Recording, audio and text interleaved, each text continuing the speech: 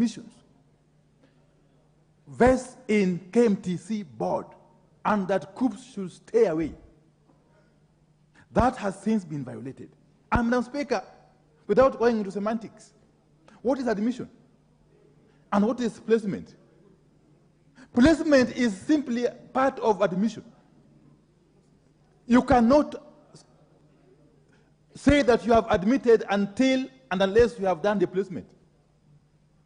So placement is basically part of the admission process, which function under the KMTC Act belongs to the KMTC board. There's nothing the ministers are coming to do here. We don't need them to come and interpret for us the law, which is very clear. If anybody out there is uncomfortable with the law as it is, he can go to court and challenge it. Or he can come here with a proposal that will make the necessary amendments. But this kind of conduct, Madam Speaker, is not acceptable, and we can't allow it to happen. We cannot, as the representatives of people, allow blatant violation of the law as we watch. What interest does somebody have in these admissions? That he has to circumvent the law, that he has to bend the law in broad daylight, Madam Speaker. So the chair must come out, first and foremost, to get away from the notion that the placement is anything separate from admission. That KUPS, as we speak, has got no role whatsoever, however remote, has got no role whatsoever in the placement or admission of KMTC students until and unless the law is amended. And no form of MOU, agreement, understanding can superintend over the law. Madam Speaker, we need to make a clear ruling, Madam Speaker, and we can't allow the idea of asking for time to allow CSS to come here and take us through. Through what? I want to urge you, crack the whip, Madam Speaker. Just crack the whip. Just crack the whip and direct from the chair that KUPS keeps its hand off this process of admissions. Just declare that here now. Thank you. Leader of Minority, I can't make that pronouncement right here because I do not have all the full facts in front of me. But the matter was raised yesterday, a similar matter relating also with KUPS. And I think the Speaker directed that the Committee on Education, even during the break, should have a meeting and summon the relevant ministers so that the matter can be addressed, since it's urgent as the students' placement is ongoing. I'll just give one more person, member for Matungu. You want to say something? Okay, let me give the health minister, the chair, health, before I give you a chance. Member for Matungulu, right? Okay. Madam Speaker, any decision that is made by the committee, normally a committee will prepare a report, which is stapled in the House, and the House debates. Once the House has debated that decision, and whether the House will either reject, accept, or make even amendments to it.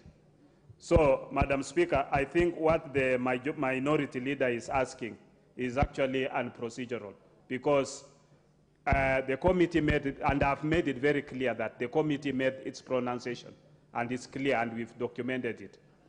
What remains is now for the committee to be able to present a report to this House, then the House debates, and be able to make a decision on it. Because you cannot just be able to, out of blues, say now you are making a ruling to this effect. I think we must also be a house of rules and follow our procedures. Thank you. That's what I meant by not having all the facts within my knowledge. And now it's come out that the committee report is not out here. I'll just give the member for Matungulu.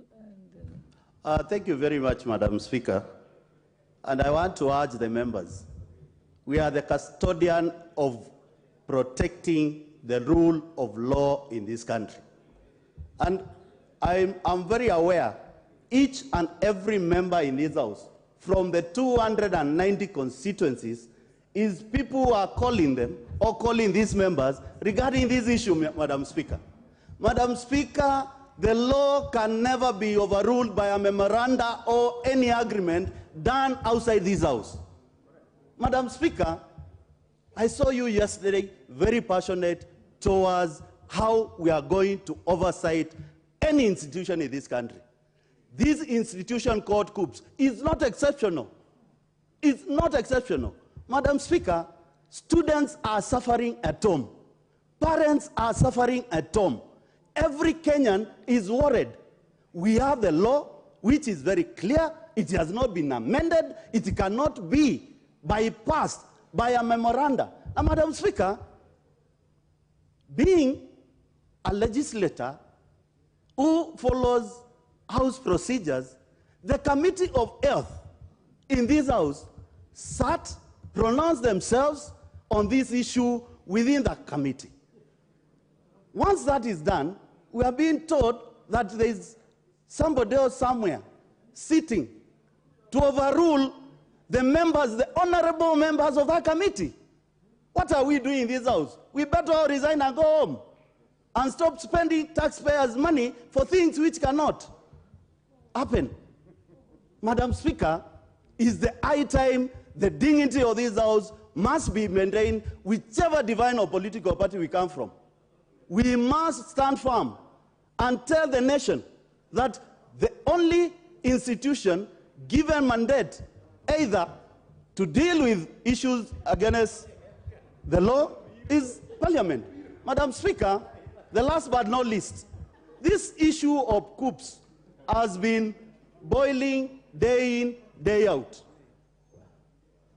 They are placing students who are A material to go and do certificates, to go and do diploma, Madam Speaker.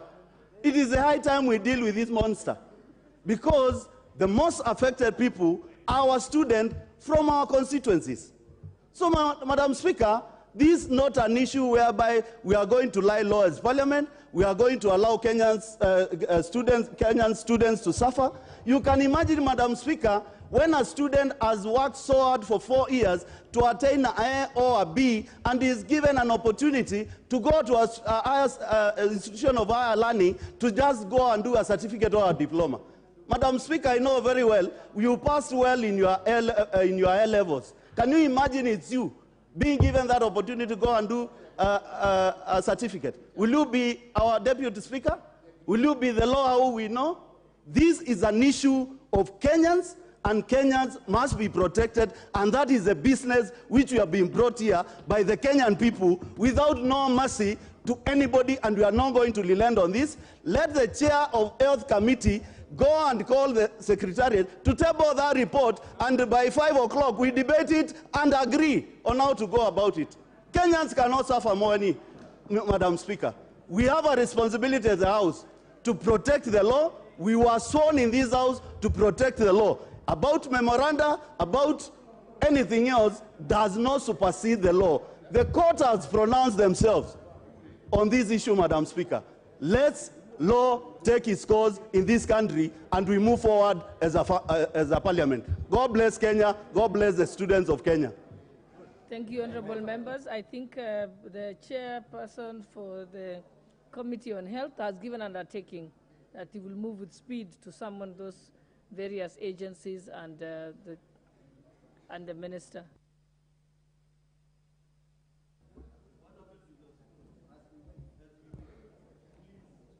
That's why they are going to do it even before they are not going to take a break.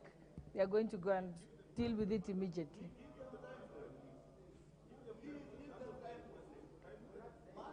Okay, I'll pronounce myself on the time frame before we rise on this sitting.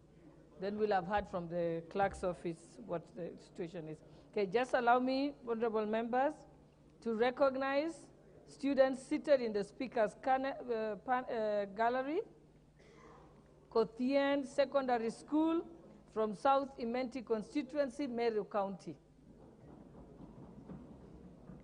Then Memon Academy Primary School from Vita constituency, Mombasa County. I also wish to recognize students and teachers seated at the public gallery, Mary Immaculate Kitale Primary School, KWANZA constituency, Trans Nzoia County. Sotit Primary School, Konoin constituency, Bomet County. St. Aloys Ajola Primary School, Kisumu West constituency, Kisumu County. And also, honorable members, I have a communication that just came to the Speaker's desk now. It is an announcement from the Coast Parliamentary Group. They confirmed, honorable members, that they have held elections today as the Coast Parliamentary Group, and the undersigned persons are now their leadership. The patron is the Honorable Owen Bayer, Deputy Majority Leader. The chairperson is Honorable Danson Mwashako Mwakuwona. The vice chair is the Honorable Gertrude Bayu. The Secretary General is the Honorable Kasim Tandaza. The Vice Secretary General is the Honorable Amina Mnyazi. The Treasurer is the Honorable Amina Dika. The Vice Treasurer is the Honorable Githuku Kamau, Senator. The Organizing Secretary is the Honorable Ali Wario. The Deputy Organizing Secretary is Honorable Masood Machele. The Chair, Women Caucus, is Honorable Captain Rueda Obo. And finally, the Whip is the Honorable Ken Chonga. I use this opportunity to congratulate all those who have risen to this leadership position. Thank you. What's your point of order, Honorable Wangwe, or is it? Thank you, Honorable Speaker. My point of order, Honorable Speaker, is on the foregoing discipline in the House. Madam Speaker, I did rise yesterday to raise this issue, and when you are making a communication, Madam Speaker, it's important we grasp and understand what you are communicating to us. Whereas you are communicating, Honorable Speaker, our colleagues are walking in, our colleagues are conversing in loud tones. Madam Speaker, it's important you communicate, you make a communication so that we listen to what you are communicating to us so that we implement it. Thank you, Madam Speaker. Honorable members, I think those members who are probably upstanding or conversing, unfortunately, I didn't get to spot any of them because I was busy reading. So they, I think they stand guided and corrected. And I think those members who are approaching the majority leader, I'm giving him my protection. Honorable Moroto, give him a break. Okay. All right. I think maybe you are not in your office for them to see you. Okay, honorable members, let's move to the next statement, which is a general statement by the chairperson of the Departmental Committee on Tourism regarding an inquiry into human-wildlife conflict. Proceed.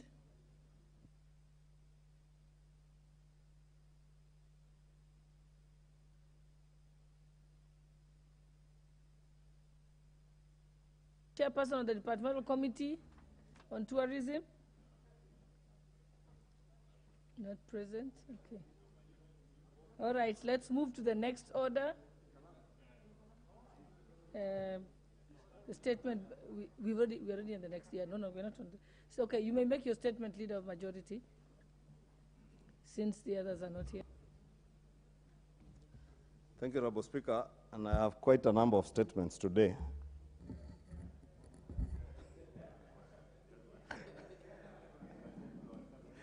I will begin with my usual Thursday statement. Then I'll go to all the others, including Kera. There was also the one for the court-martialed Kenyans in Uganda. And the other one is on the university funding. Honorable Speaker, pursuant to the provisions of Standing Order 44-2A, I rise to give the following statement on behalf of the House Business Committee, which met on Tuesday, 22nd August 2023. To prioritize the business for consideration during the week. Honorable Speaker, I wish to commend the leadership of this House and members for the dedication and cooperation exhibited in the session so far. We have certainly been able to meet the set timelines in respect of all matters that were before us. We are now due for the break, commencing after today's session, with the House scheduled to resume its regular sittings on Tuesday, 26 September 2023 at 2:30 p.m., going by our calendar. Honorable Speaker, Upon resumption,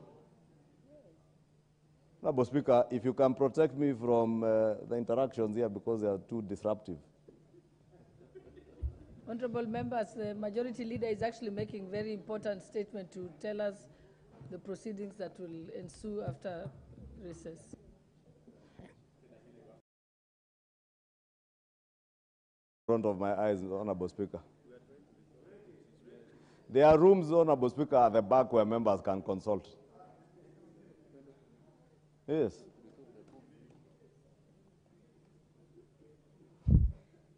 Thank you, Honorable Speaker. Honorable Speaker was saying, upon resumption, the House is expected to continue with debate on second reading of the Statute Law Miscellaneous Amendments Bill of 2022.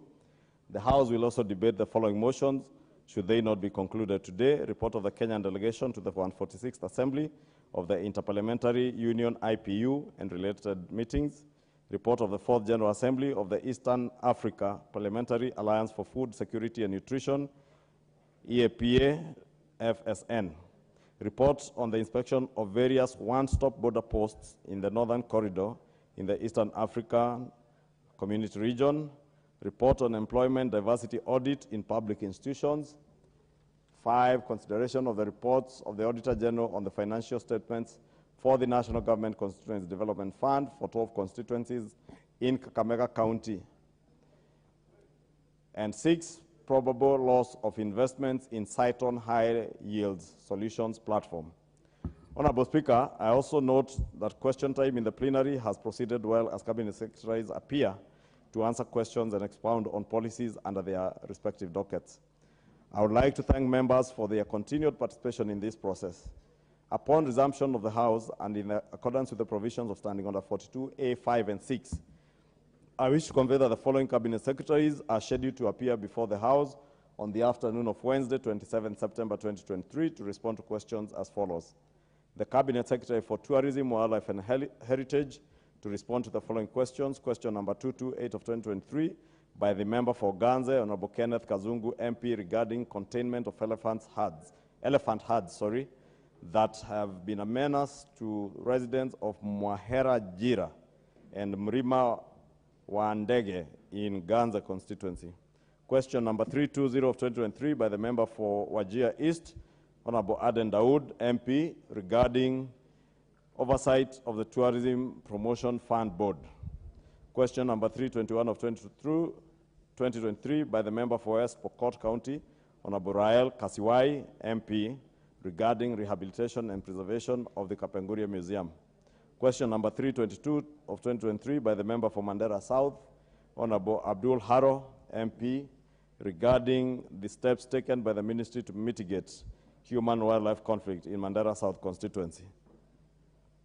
Question number 323 of 2023 by the member for Samburu County, Honorable Pauline Languris, MP, regarding a compensation of families and residents in Samburu County killed by wild animals and destruction of their property. Question number 324 of 2023 by the member for Nyandarua County, Honorable Faith Getao, MP, regarding the human-wildlife conflict cases at Mukindu in Ol Kalau constituency. And question number 325 of 2023 by the member for West Pokot County, Honorable Rael Kasiwai, MP, regarding settlement of approved compensation claims in Nasolot Game Reserve. To the Cabinet Secretary for National Treasury and Economic Planning to respond to the following questions. Question by private notice number 010 of 2023 by the member for Turkana South, Honorable John Ariko, MP, regarding unlawful dismissal of revenue as service assistance. Question number 150 of 223 by the member for Kandui, Honorable John Makali, MP, regarding the current annual status of the balance sheet of Nzoia Sugar Company. Question number 151 of 2023 by the member for Mathare, Honorable Anthony Oluoch, MP, regarding arrears owed to political parties in financial year 2016-2017 and 2022-2023. Question number 153 of 2023 by the member for Kiambu, Honorable Mashua Waithaka, MP, regarding the decline in US dollar reserves in the country. Question number 215 of 2023 by the member for Gunja, Honorable Pio Wandai, CBS, MP, Leader of Minority, regarding delay in disbursement of the equitable revenue share to counties.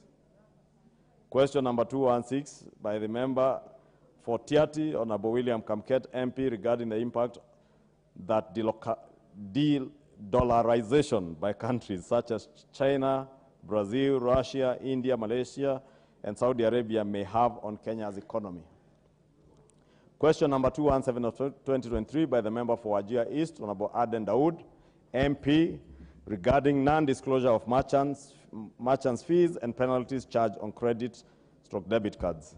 Question number 294 of 2023 by the member for Awendo, Honorable John Owino, MP, regarding proposed privatization plan which includes the sale of South Nyanza Sugar Company nuclear land. Question number 295 of 2023 by the member for Balambala, Honorable Abdi Shurie, MP, regarding refusal of cash payments by certain business establishments. Question number 296 of 2023 by the member for Katundu South, Honorable Gabriel Kagombe, MP, regarding delayed disbursement of funds to the National Youth Service. Question number 297 of 2023 by the member for Madhioya, Honorable Edwin Mogo, MP, regarding recruitment of revenue service assistants by KRA. Question number 354 of 2023 by the member for Dagoretti North, Honorable Beatrice Elachi, MP, regarding the impact of import fees levied on raw materials under the crops, nuts and oil crops regulations of 2020. And lastly, question number 356 of 2023 by the nominated member, Honorable Dorothy Ikiara, MP, regarding delay in payment of pension to retired teachers. Honorable Speaker, the House Business Committee will reconvene on Tuesday, 26 September 2023 to schedule business for the rest of the week. Honorable Speaker, in conclusion, as we proceed for the long recess, it is important to note that in case of any urgent business that requires the attention of the House, members may be recalled for a special sitting pursuant to the provisions of Standing Order 29. On behalf of the House Business Committee, I now wish to wish members a wonderful recess period as they spend time with their families, rejuvenate, and also continue to discharge their parliamentary and constituency obligations, and as they spend valuable time engaging with members of their constituencies in public participation during the recess period in preparation of the submittal of NGCDF proposals from all the constituencies. I now wish to lay this statement on the table of the House. Thank you, Honorable Speaker. Honorable Speaker, as I also wish members on behalf of the House Business Committee, also on my own behalf, let me wish members a restful recess and also a busy one as we engage with our constituents, and also to remind you, as the House Business Committee notes in that statement, that we will now have time over this recess to engage in public participation exercises over our proposals for the next financial year. Honorable Speaker, with your permission, I can proceed to the statement from the Cabinet Secretary for Foreign Relations, Diaspora Affairs, Dr. Alfred Mutua, EGH, on the court-martialing and conviction of certain Kenyans in the Republic of Uganda. Rather a long one, Honorable Speaker, 3 pages also. No, you may proceed. I think it would be unfair not to read it in full. I think read it in full. I don't think you have authority to edit the Cabinet Secretary's document. Well, he has started with a huge background, Honorable Speaker.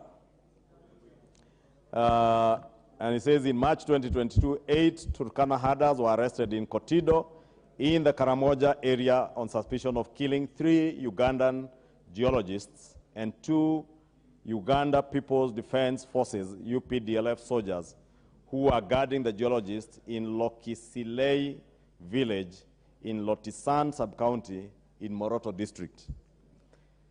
The 8 Kenyans denied the charges and informed the Ugandan side that those who had committed the offense had returned to Kenya with the weapons of the 2 deceased UPDF soldiers.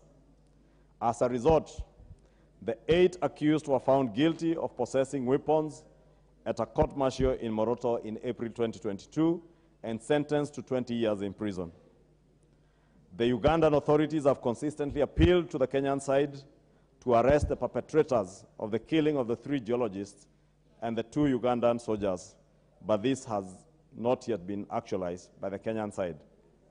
It should be highlighted that while Kenyan authorities have made steps to recover and return firearms stolen from Ugandan security forces, they have yet to apprehend the perpetrators of the killings.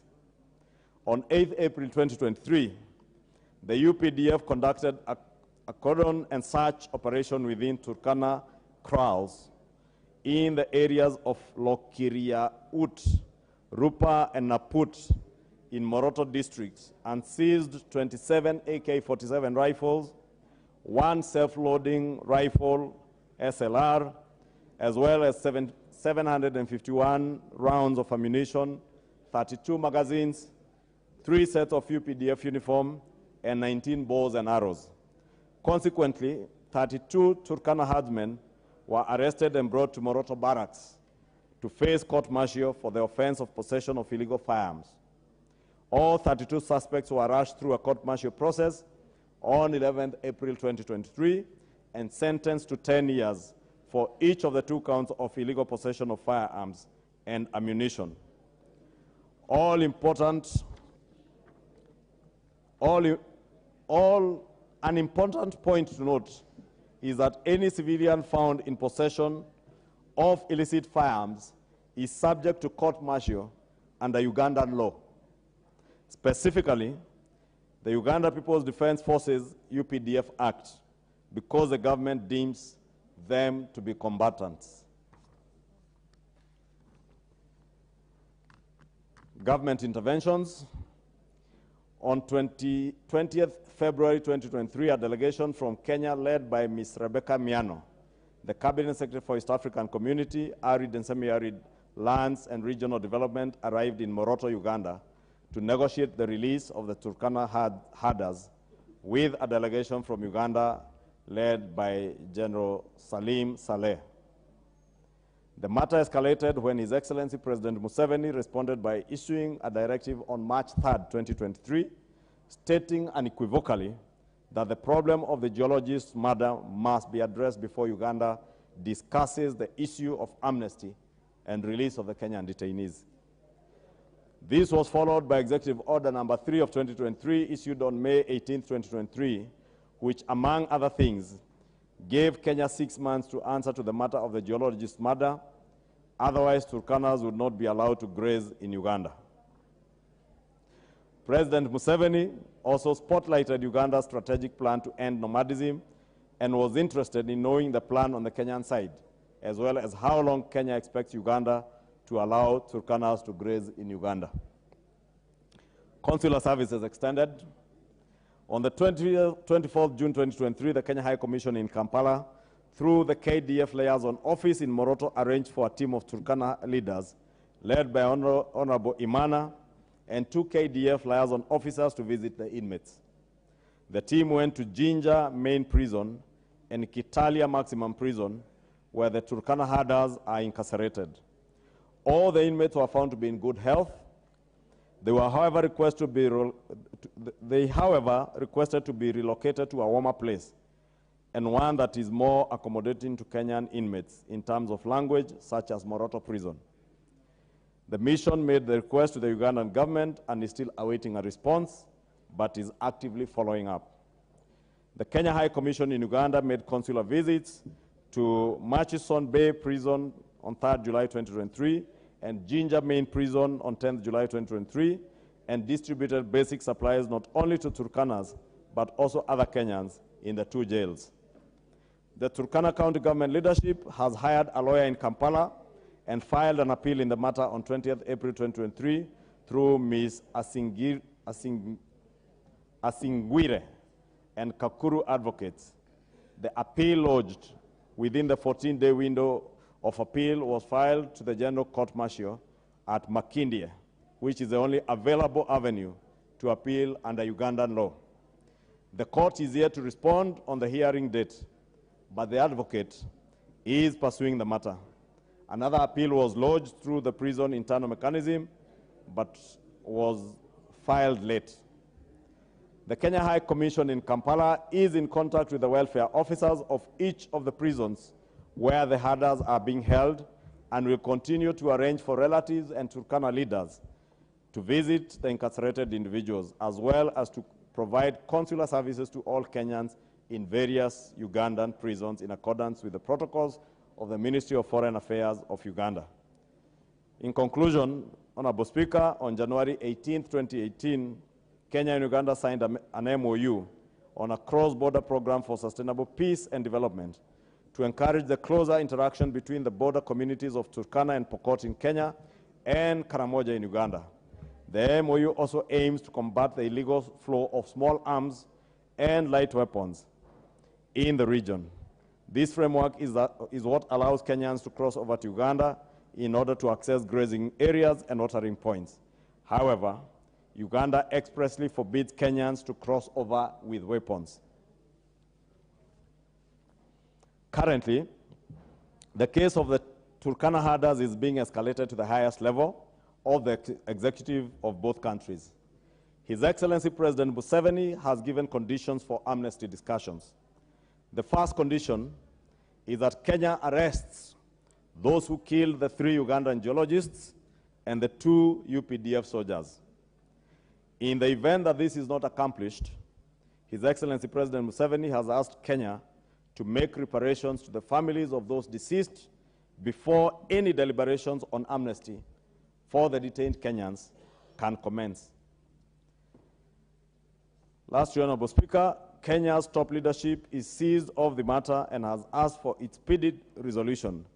Dr. Alfred N. Mutua, EGH Cabinet Secretary for Foreign Affairs and Diaspora Affairs, has been in contact with his Ugandan counterpart, and a physical meeting will be organized in full appreciation of the urgency and severity of the matter. Thank you, Honorable Speaker. That is a response on the issue of the incarcerated Ugandans. Please allow so that I take a glass of water. Yes, Leader of Majority, and then I'll come to you. Let me thank you, Madam Speaker, and the Leader of Majority for that elaborate statement. I just have one concern. It would appear that we are getting into these talks with Uganda from a very weak position as a country, because what we are hearing are just ultimatum after ultimatum, condition after condition. In fact, what is worrying me is the condition that Kenya must produce those who killed the 3 geologists and 2 UPDF soldiers. It's as if Kenyans, the Kenyan government and the Ugandan government know the identity of those purported killers. It would appear so. But more importantly, how do you link the purported killers of these 5 persons to the persons who have been court-martialed and are now languishing in a jail in Jinja? What is the connection? How do you make the apprehension of those who killed those 5 fellas with the release of people who are court-martialed on totally different charges? So we are having a problem in that statement, Madam Speaker. And really, I want to plead from the floor of this House that this is a matter that requires the highest possible intervention. And I don't think it is enough just to say that this matter is, that the executive is seized of this matter and so on and so forth. We have had enough of those stories. What we want to see is a more definite action from the part of the Kenyan state. Because it's as if we have got nothing else we can hold Uganda to. And yet we know, as neighboring countries, we need each other. So as if Uganda is doing us a favor, by releasing those whom we believe are wrongfully in custody or in prison. Why can't they release those Turkana herders first, if they really want genuine discussions, and then plead with the authorities in Kenya to look for these fellows who killed the 5 gentlemen or men or women? I'm not sure who they were. Okay? So I think it's a problem with this statement. This statement does not address the issues that were raised by the Honorable Akuja. I can't see him today. Is Akuja there? I can't see him, and I don't think this statement is satisfactory. I would rather suggest that, Madam Speaker, you order the person who has authored the statement to go beyond what he is saying. Thank you. Honorable person, Honorable Ounda. Honorable Speaker, The statement read by the majority leader evokes some very sad memories for those of us who live on the border between Uganda and Kenya.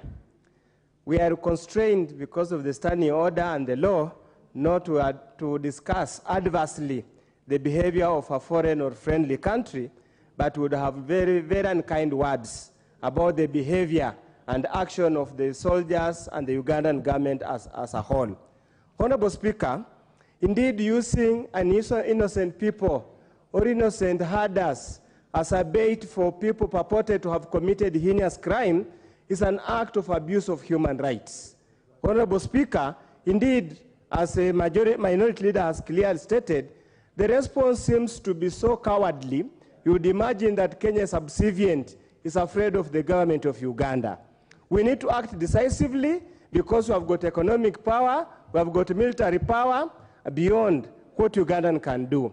Honorable Speaker, in the ordering of things, our legal system is far much superior compared to Ugandan system, and therefore releasing our members to go and get tried in a ragtag country, proper judicial system like that of Uganda, is actually demeaning the status of the country called Kenya. Honorable Speaker, as I stand today, about 3 weeks ago, the Ugandan soldiers invaded all the way to Busembe Beach and Bumbe Beach within the waters of Kenya and grabbed innocent fishermen and took them to Uganda. Honorable Speaker, it has been damn expensive going to get these Kenyans who have been unlawfully arrested and incarcerated in jails in Uganda to bring them back to Kenya. Honorable Speaker, there are harrowing stories, how they're beaten on the stomach, how they're forced to eat raw fish, and those kind of harrowing stories we cannot allow our people. I think it has gotten time that the leadership that be, the one that hold the levers in the executive, to call the Ugandan government to order so that we live together as friendly neighbors instead of being looked as if we have no mighty to address these challenges. I sincerely believe and hope that the Cabinet Secretary in charge of Foreign Affairs and all those in charge of security take serious action in respect of this matter. Thank you, Honorable Speaker. Member for Turkana East.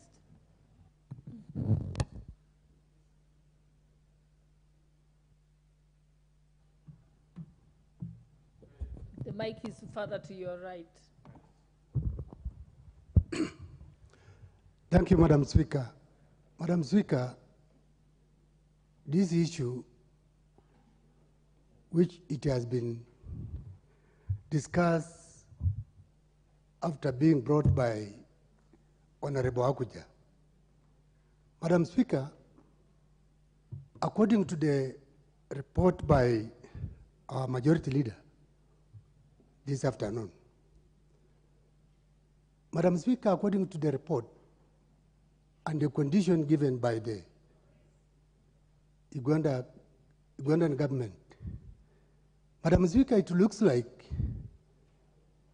the Uganda government, they know these Turkana herdsmen, they are innocent.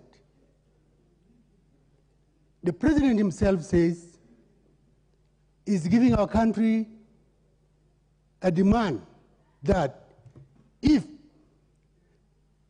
our country will bring the killers of the 5 Kenyan Ugandan citizens, these Turkana herders will be released.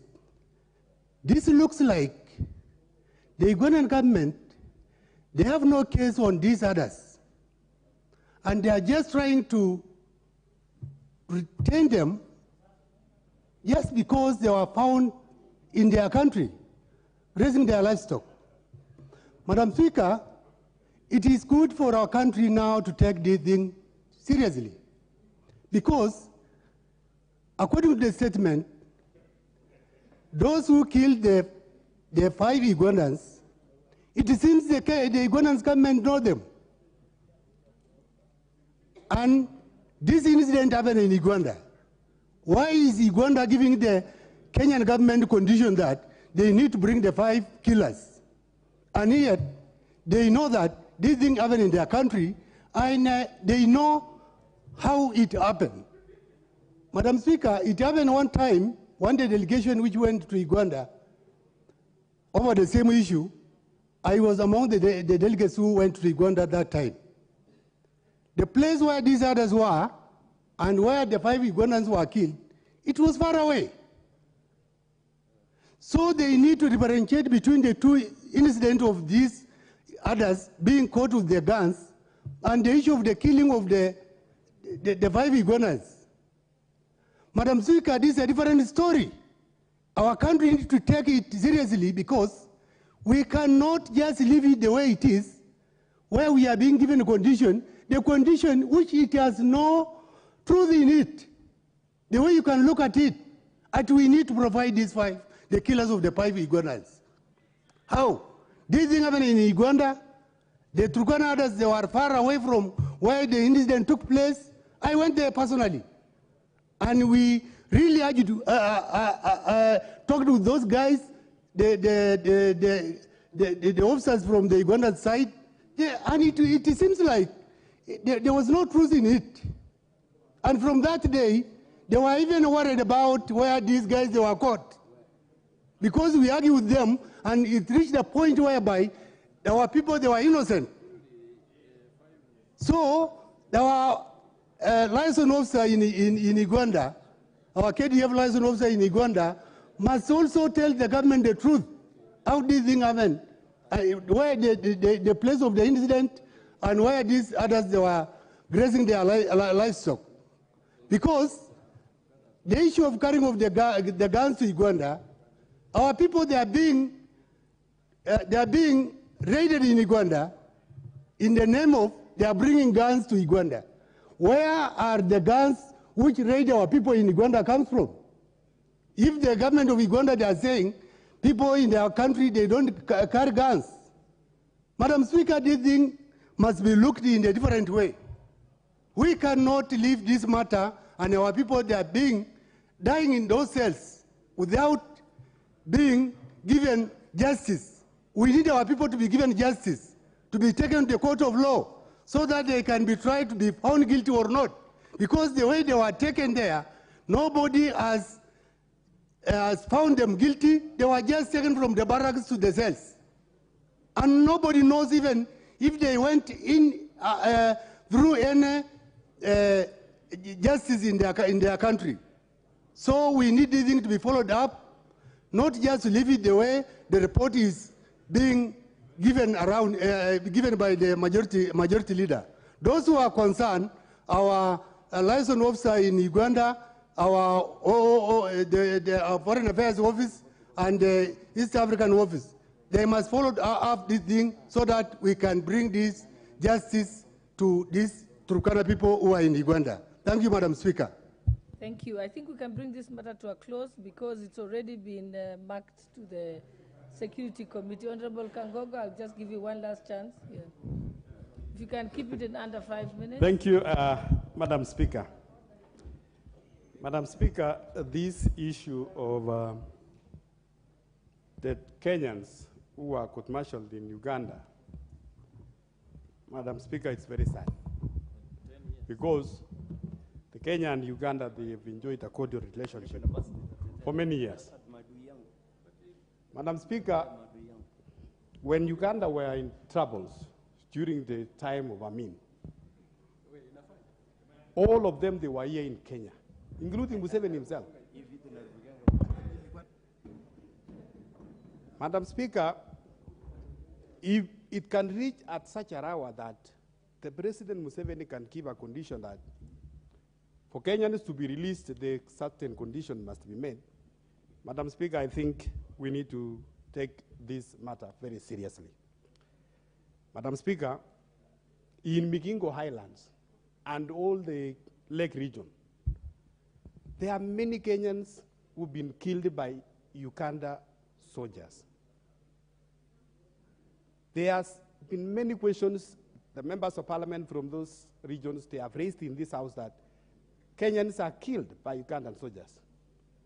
I don't know why then our president has not given out a condition that to Museveni that before a negotiation and even any diplomatic relationship between Kenya and Uganda, the UDF soldiers those who have killed Kenyan fishermen must be arrested.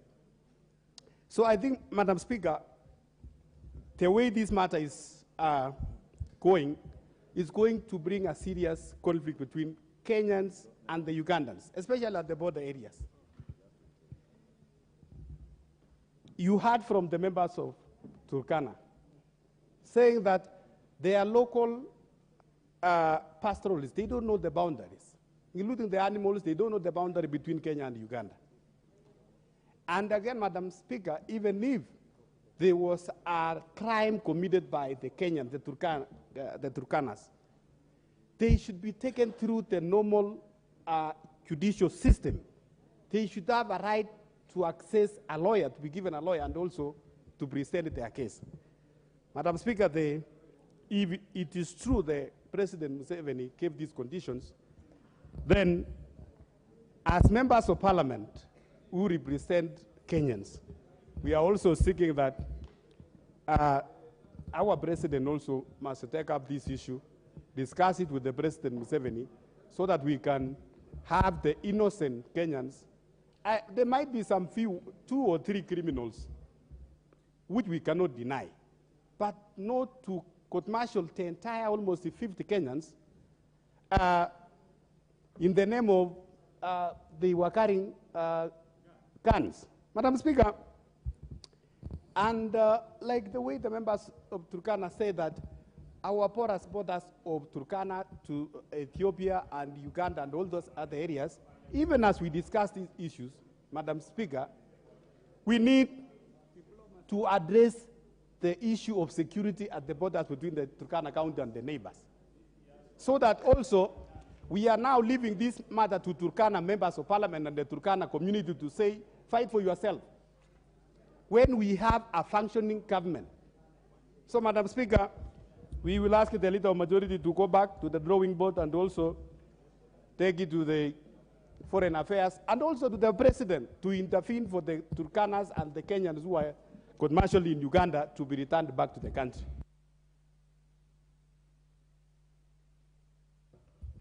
Okay, I'll just indulge you, Honorable Pukose, and then we... Yes, what's your point of order, Majority Leader? Honorable Speaker, you know this is a very sensitive matter because it involves the head of state of a friendly country and also involves diplomatic channels of a friendly country and a neighbor. I would really plead, Honorable Speaker, that we now limit the sort of things that we are saying in relation to this matter, and because it is bound now to get to levels where we will start discussing, from the way the debate is going, a president of a friendly state. Honorable Speaker, I think the statement was quite clear from the minister of the charges leveled against the Kenyans. They have not been charged with killing anybody. They have been charged with possession of firearms and made it clear that under the Ugandan law, specifically the UPDF Act, you are considered to be an armed combatant if you are arrested with a firearm. Therefore, as to the innocence or guilt of the Kenyans incarcerated, I think we should leave it to competent courts in Uganda for review of their court case.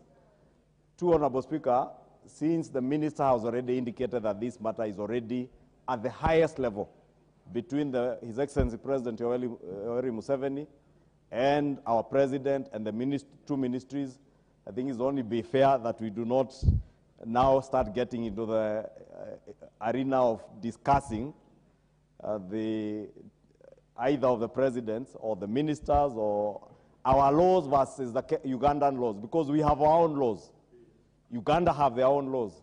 So it's only fair, Honorable Speaker, I would beg your indulgence that we, if anything, we should just ask the minister to update the House probably when we resume from recess. What he's saying, they're already engaging, they engage, and he comes to update the House on progress so far. Otherwise, Honorable Speaker, I felt that we are now verging on very dicey ground, the way the debate, the comments were going. I'll give the final chance to Honorable Pukose. Madam Speaker, Endebe's constituency neighbors Uganda, and Uganda is a good neighbor. And this issue about members of the Turkana community, you know, members of Turkana and Karamoja are the same community. And we should not sugarcoat, Madam Speaker, that people are carrying firearms to a foreign country and think that they were going with good intentions. We are aware that cattle rustlers, bandits, who steal cows on this side will always go to the other side to also steal cows. So I think UPDF, whatever they did, they have always been known to be a force that ensures law and order from the other side. They are my neighbors. And I think we should respect the President of Uganda, General Museveni, with due respect, as a head of state of a neighboring country, and is the grandfather of the East African region. So, Madam Speaker, you might disagree, but for some of us who knows where Uganda has come from and what he has done to make Uganda what it is, we know it is done a good job. Madam Speaker, what I want to say is that, no, I'm a Kenyan and my loyalty is not questionable. But as a neighbor to Museveni's country, I know my people closest to Uganda, they are treated well, and my people do not go with guns. We know how neighbors must live. Neighbors must respect territorial boundaries. You should not carry guns from here or even from Marakwet East and take them to Uganda. You'll be arrested and you'll be court-martialed. So that is not acceptable. Madam Speaker, I think the due law, the due process must take its course. Thank you, Madam Speaker.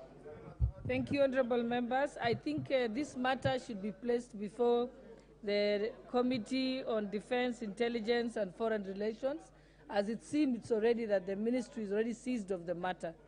Thank you. You want to say something, on member? For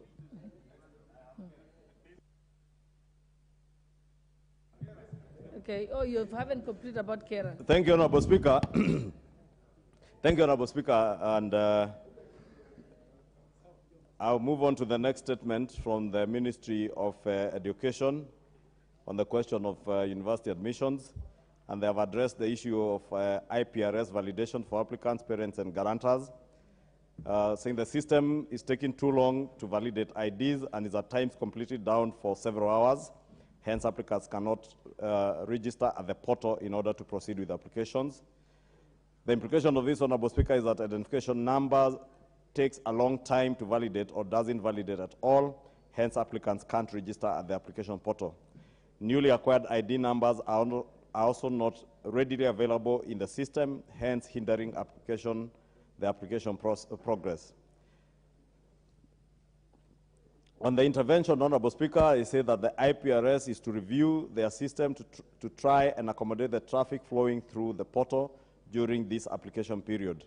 Newly acquired IDs are being updated in the IPRS system from National Registration Bureau. The Ministry of Education has already written to the Cabinet Secretary, Ministry of Interior, National Administration to address this issue, and they have attached that statement.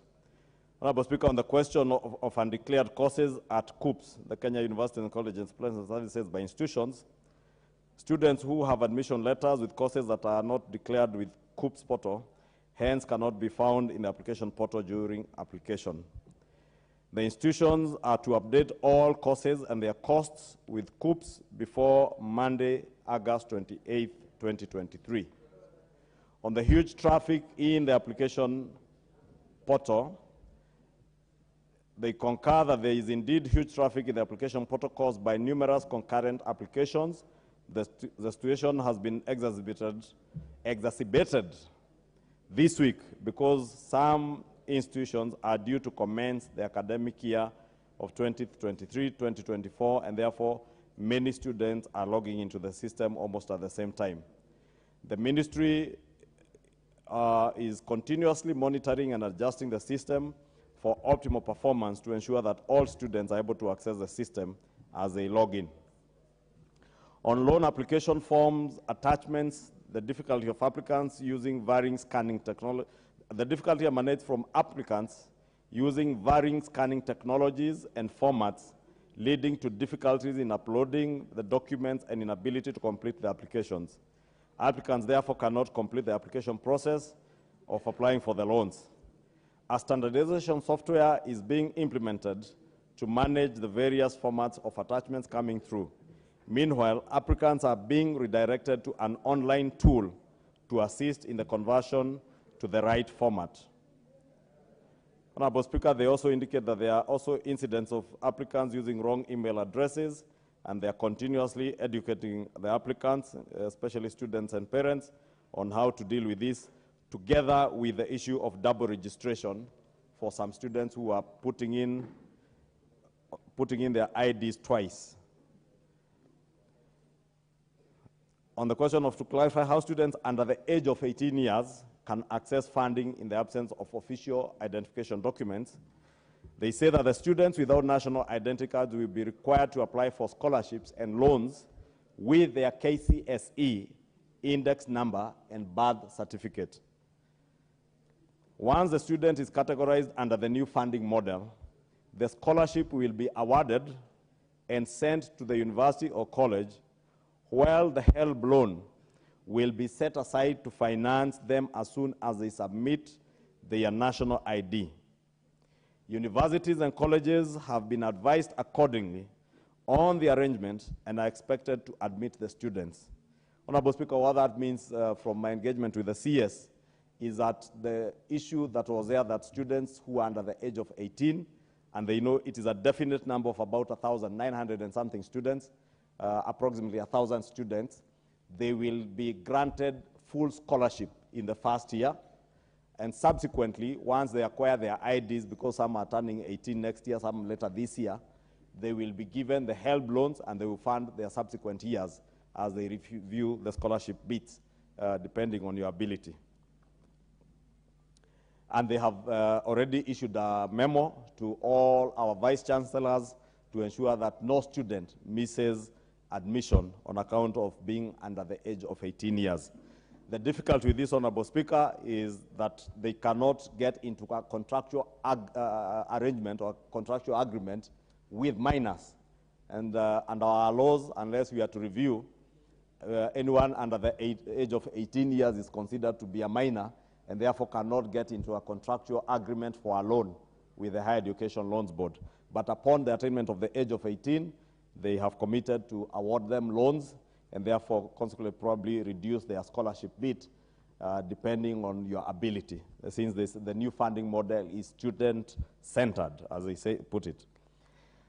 The father said that the provision of the loan is a contractual, basically that's what I was explaining. The provision of the loan is a contractual arrangement between the Higher Education Loans Board and the student. Since the law does not allow contracts with minors, the loans for those without identity cards will not be disbursed until identity cards are provided. The students falling under this category are approximately 1,000 students. From experience, these students would receive their identity cards within their first year of study. On the issue of clear and easily understood guidelines differentiating the processes for applying for HELB funds and scholarships, they say the application process for scholarships and loans is the same, made on the same portal through the website www.hef.co.ke. The application portal is self-guiding with clear steps and alternatives. Applicants are given the opportunity to apply for a scholarship or a loan or both. The information provided by the applicant is broadly the same, apart from the fact that loan applicants will require 2 guarantors.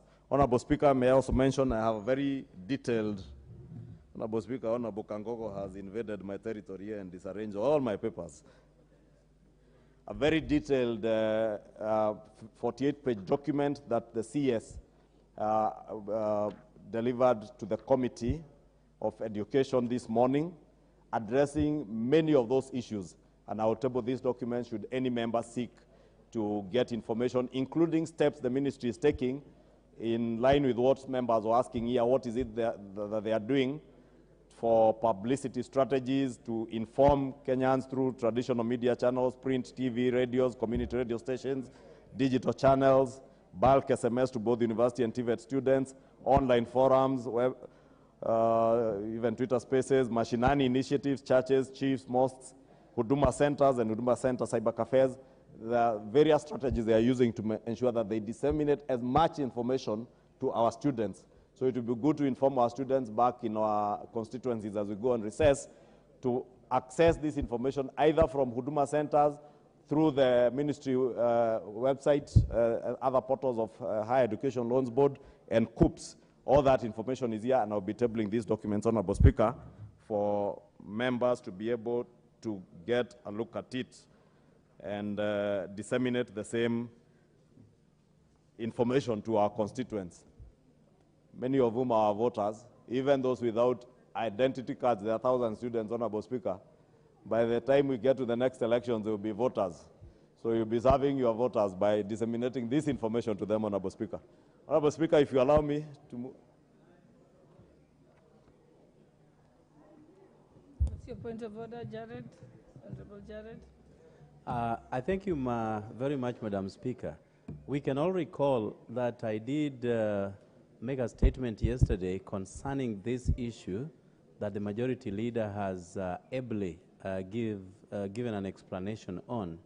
And Madam Speaker, I can also confirm that the CS Education was here this morning. Members of Parliament attended, of course, under the stewardship of the overarching committee, the Committee on Education. And a raft of issues were addressed, but the most fundamental one, which informed the genesis of my statement yesterday, was how categorization will be done from the 7th of September, yet students are expected in college from Monday. And by Monday, Madam Speaker, funds for university education shall not have reached the respective universities, Madam Speaker. The CS Education did make an undertaking that all students, first-year students, will have to report, with or without money, awaiting monies to be sent to their universities. And therefore, I wanted to make that clear to members here who are not present, that no one should be held back at home.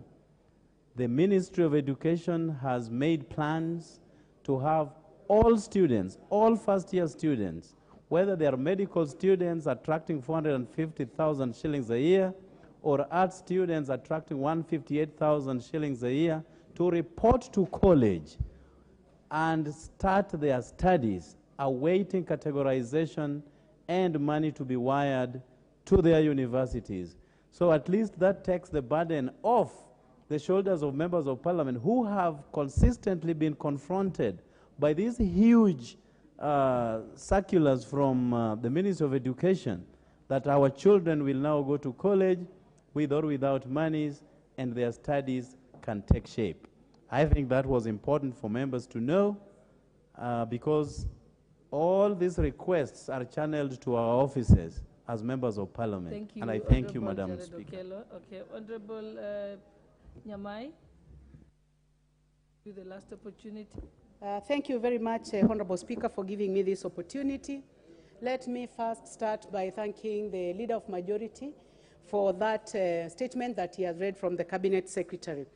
Madam Speaker, I attended this morning the committee, a departmental committee on education after the ruling that was made by the Speaker yesterday.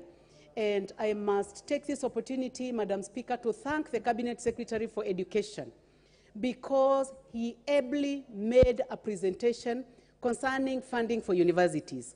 And I think the highlight of his presentation was telling of members of Parliament that it doesn't matter whether a student has an identity card or not, or a student does not have or has not been able to go through the application process for funding, that they can walk to their universities on Monday.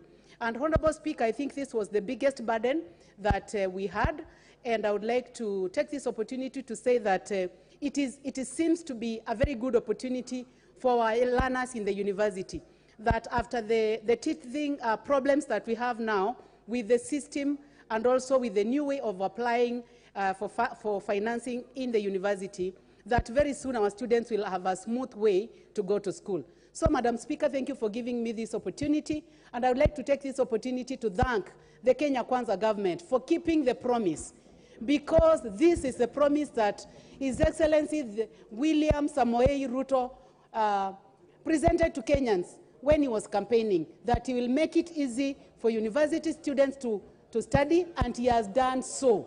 So now it has been done, and we thank him, and we are going to support him going forward. Thank you, Madam Speaker. Thank you very much. I think I'll give the last opportunity to the Vice Chairperson for the Education Committee, Honorable Mululu Ijendi. Okay, thank you, Madam Speaker. It is true the CS and his team appeared before the Committee of Education today from 10 a.m. to 1 p.m. Madam Speaker, the CS assured us and the nation at large that those students who have been admitted to university will not miss a chance of being in the university. He also assured us that there are those who have not been able to do their applications for loans, for scholarship, etc., etc. When they get to college, Madam Speaker, he will put up desks where they will be assisted to do the application so as to qualify for whatever they have applied for. Madam Speaker, from where I see it, from where Education Committee is, it seems, it appears indeed, the panic that has been there among the members and in the nation should not be there, because all the students who have been admitted will get admission into the universities. There are those students also who have been admitted in private universities against their desire. We're also assured that these students have a chance to actually reapply to COOPs so that they can be taken to universities in public as they desire. Thank you, Madam Speaker.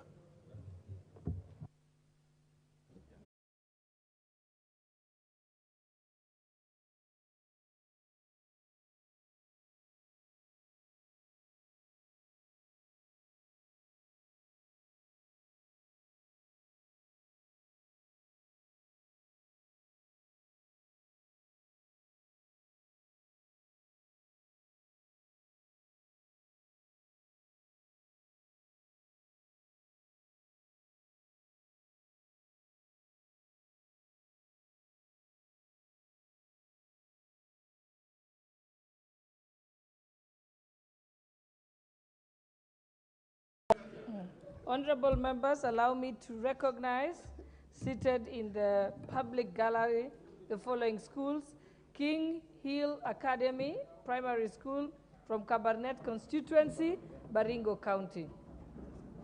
Elangata Ekima Primary School from Kajiado South constituency, Kajiado County.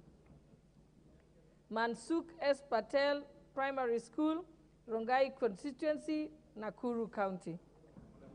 And also seated in the Speaker's Gallery is Al-Kahir Royal Primary School from Vita constituency, Mombasa County. And lastly, seated in the public gallery, Chebulbul Primary School from Keio South, Elgeyo Marakwet County. And now, honorable members, allow me to move back to order number 5 and 6. You want to speak about this issue? Okay. All right, let me give Honorable T.J. Kajwang, and then I'll give Honorable Martin Owino. Madam Speaker, you know that there is a lot of interest in this matter because it concerns constituencies, and that is the reason we are here. If it were not for our constituents, we would not be here. Madam Speaker, the majority leader has ably and then read. Honorable TJ, I think what we do, if we can make everyone make it brief so that we can have more members. Since members I'll are be interested, very then brief. we can have more members participate. I'll be very, very brief. Madam Speaker, the majority leader has read a statement which is clear, but he has talked about the principle in accounts called prudence. I do not know what that means because I did not go to accounting school. But you and I, we know the principle called without prejudice. If you read that letter done by the agency and supervised by the CS, who himself is a lawyer, the letter does not have any reservation does not say that we are writing it on cautionary basis, does not say that it is on without prejudice, does not say that we are taking abundant caution. Now, when the majority leader says some of the things he says, of course he's being a good advocate for this agency. I, with a lot of respect, ask that this letter, this statement, be recommended to the Transport and Infrastructure Committee to grill it some more. We want to know who did this letter, who thought about it, which meeting it is, because it is our duty to remove. Madam Speaker,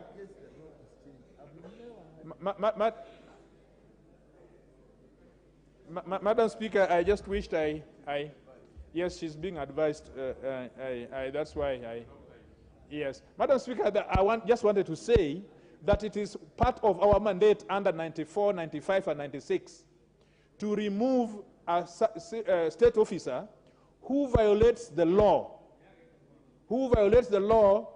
knowingly. So this person who is changing the law with a letter not on a without prejudice basis, we want to know whom he is so that we can deal with him appropriately in this house. Even before we go into those issues of counties or whatever, who is this changing the law? Thank you so much, Madam Chair. Well, Martin Owino first, or you want to just respond quickly? Okay. Members, we have a petition that's starting at 5, so we want to at least get one business on the sugar bill, hence the urgency. And I know the sugar bill is also a hot potato. So I think we have to choose between KERA and the sugar bill. Honorable Speaker, you know, I am an accountant and an economist.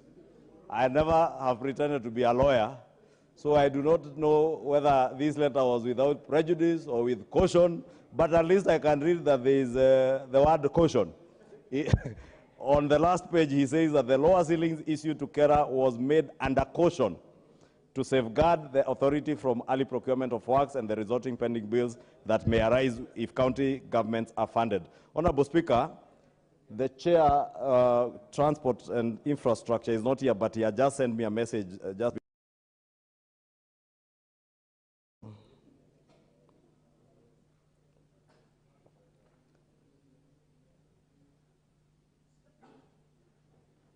that the new KRB Act requires Parliament through the Transport and Infrastructure Committee to approve all RMLF programs proposed by the 3 agencies, so any allocation to counties will complicate the exercise.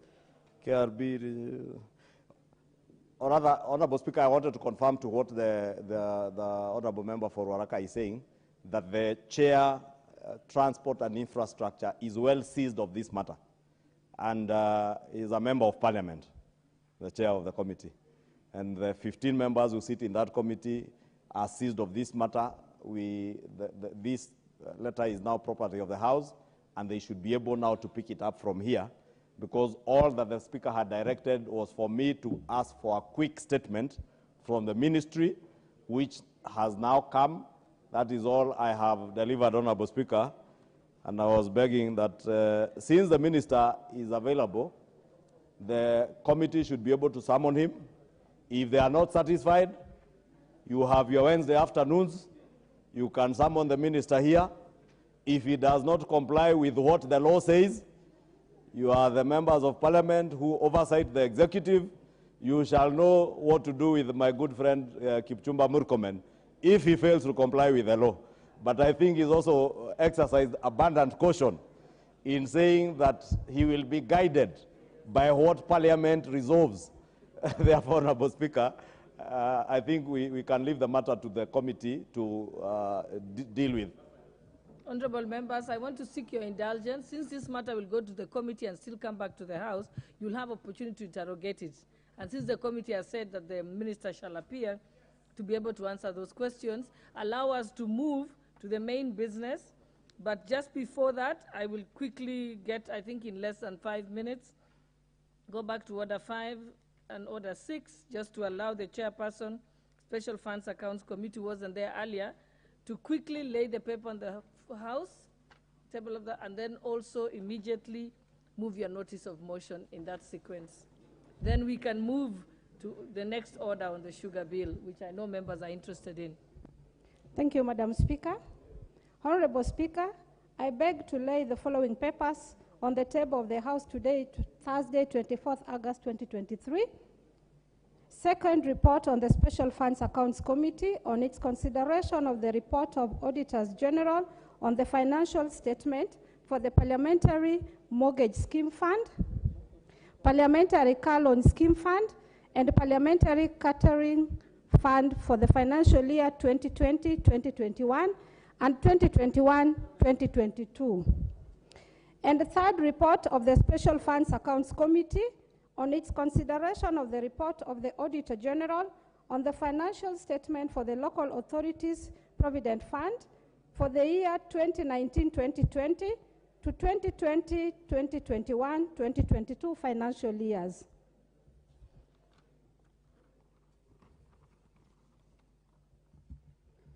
Notice of motion. Honorable Speaker, I beg to give notice of the following motion, that this House adopts the report of the Special Funds Accounts Committee on its consideration of the report of the Auditor General on the financial statements for the Parliamentary Mortgage Scheme Fund, Parliamentary Car Loan Fund, Parliamentary Car Loan Fund, and the Parliamentary Catering Fund for the year 2020, 2021, and 2021-2022, laid on the table of this House on the Thursday, 23rd August 2023.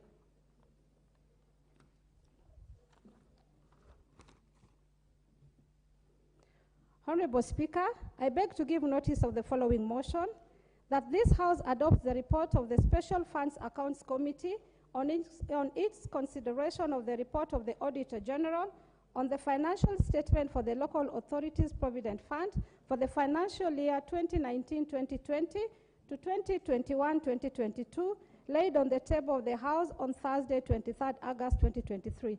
Thank you, Madam Speaker. Thank you. Next order, we can go back to order 8. Order number 8, the Sugar Bill, National Assembly Bill number 34 of 2022, second reading, resumption of debate. Honorable members, I think we had a balance of time, and was there any member pending? Yes, 4 minutes. Okay, Honorable Mwangi Kiunjuri had 4 minutes left. If he's not here, we'll start with the members of the committee, because there are many people who are interested. The Honorable David Kiplagat.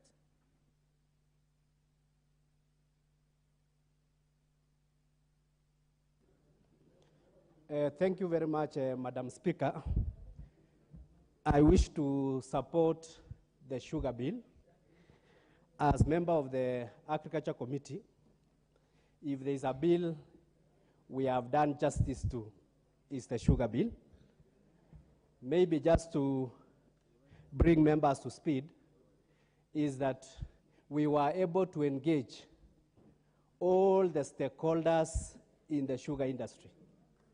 We engaged the millers, we engaged the businessmen, we engaged the farmers, and we made sure we travel all parts of Kenya that are engaged in sugar farming, from Ramisi in Mombasa, Mumias, Busia, Chemelil, all the way to Transmara. And the rallying call was, there is need for a radical surgery when it comes to the sugar industry. Sugar industry is ailing. Currently, as the situation is like cancerous one, where you get all the public companies, that is the Mumias, the Chemelil, the Moroni, the Miwani, all of them have collapsed. In fact, it was sad when we were engaged in the Miwani, the only available asset for that factory is the land itself. And even that land was even more emotive, because the farmers there were saying that if it has reached a case whereby the industry is not able to work, then that land should be subdivided to the locals. So the biggest issue affecting the sugar industry, one is on the issue of productivity. You know, currently, all the factories are closed for purposes of to allow the sugar to mature. But if you look at the majority aspect, if you go to, Mr. Speaker, sir, allow me to prosecute this motion by ordering Honorable Okello to resume his seat. He is a member to my committee, and I am contributing, and he is busy disturbing. Now, if you go to countries that we are currently importing sugar from, that is Brazil, the maturity period of their sugar is 12 months. If you come to Kenya, the maturity period is from 18 to 24 months. So there is need to increase productivity by getting the right breed, by getting the right variety, which can be able to mature within 12 months, so that at least we don't have issues of closing our sugar. The government also need to look at the factories that are owned by government. I think what the lesson that we are learning from these factories that are owned by government is not a very good businessman. So there is need to have strategic partners who can be able to run those industries to productivity. The other thing we saw is that for us to be able to give breath of life to the sugar industry, there is need to introduce the sugar development levy, and that is where the rubber meets the road. On the sugar development levy, I think some members, especially who are coming from the sugar belt, might be asking why the 4%. The 4% is as a result of the protocols we have entered with the COMESA, where all the sugar, the imported and the ones that are milled in this country, all of them, if there's a levy, they need to be given the same percentage. And that is why, as a committee, we proposed that the 4%, and that 4% actually goes to assist the sugar industry. About 15% will be allocated for maintaining our factories. In terms of research and training, which will actually make sure that at least we have a variety that can be early maturing, that is the 12 months, we are allocating 15% to the Research and Training Institute. Now, when it comes to the most important, that is the cane development, we have allocated 40% to make sure that at least our farmers can have a source of credit where they can be able to develop the industry. Another very important is the board. The sugar board, which will be regulating the sugar industry, we have allocated 15%. We also have the issues of roads and the infrastructure in general. That one we have allocated 10%, but we have said that money the counties are not going to touch. It will be managed by KERA, and then the leaders within those belts can be able to decide which roads they are going to be made through that point. Then we also need to build democracy and advocacy within the sugar industry, and that is why we have said 5% will go to farmers' advocacy groups so that they can be able to have money to be able to propagate their issues. So, Mr. Speaker, sir, on the issue of the sugar bill, this is one of the bills that is going to have a radical change within the Western, the Nyanza, the Coast region, and some places in Rift Valley. So, for those few remarks, I urge members, let us discuss, let us debate this bill, but at the end of the day, we have done justice to the bill. We call upon all the members of this House to support the bill so that we can be able to expedite it, which can now move to the Senate for purposes of ensuring at least we have sanity in the sugar industry. Thank you, Mr. Speaker, sir. Thank you. Honorable members, the sugar bill has attracted a lot of interest, and therefore the screen is full. I really want to ask you to be magnanimous enough to limit yourselves, if you can, so that more members can speak. And remember that at exactly 5:30 we shall adjourn, because motion. Let me give this next chance to the leader of minority. Thank you very much, Mr. Speaker, and I want to be very, very brief. Mr. Speaker, I've had a chance to go through this bill in detail. And let me start by saying that I was in this house together with a few of my colleagues here, like Honorable David Ochieng, Honorable Okoyo, Honorable, who else? Wangwe, of course, the mover of this, the initiator of this bill. I was in this house, in that parliament, when AFA was created. The Agriculture and Food Authority Act was enacted in the 11th Parliament. And I was also privileged in that parliament to have belonged to the Committee on Agriculture, which was initially chaired by my good friend, the current Deputy Governor of Kakamega, the Honorable who? Savula, Ayub Savula. And later on, after we sacked him, he was the first person to be removed as committee chair in that parliament. After just some few months, we replaced him by the Honorable Nur Hassan of Mandera. Mr. Speaker, now with the benefit of hindsight, I can say that it was a mistake to have lumped together very many key sectors, sugar being included, under the umbrella of AFA. By so doing, we lost focus. And these critical sectors, especially the sugar sector, lost the attention it deserves. It deserves. Because the AFA Act killed the Kenya Sugar Board, as it was then known, and introduced what was merely a sugar directorate under AFA. Mr. Speaker, since the enactment of that act up to now, we have only seen the sugar sector going under and under. Under and under. There's nothing to write home about this era of sugar directorate under the AFA framework. And therefore, I must thank the Honorable Emmanuel Wangui. The Honorable Emmanuel Wangui, the Venerable Member for Navaholu, and the chair of one of our key committees, PIC.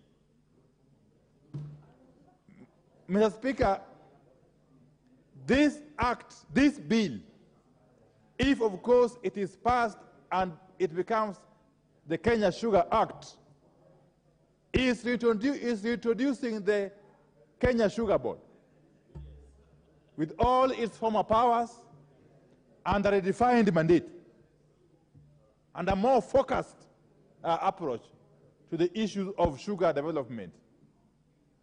Mr. Speaker, therefore, I must say thank you, Honorable Wangui, for playing your part as a legislator and being part of the history in terms of reviving the ailing sugar sector that is a source of livelihood to millions and millions of Kenyans, especially in the Western Kenya region, and particularly in my own constituency of Ugunja, where for a long time we have grown sugarcane, which has been processed by Mumias Sugar Company. Mr. Speaker, I don't want to go to the details of how the sugar sector has found itself where it is currently. I don't want to go to those details. But we must admit that there are fellas, there are people who have been responsible for the decline in the sugar sector.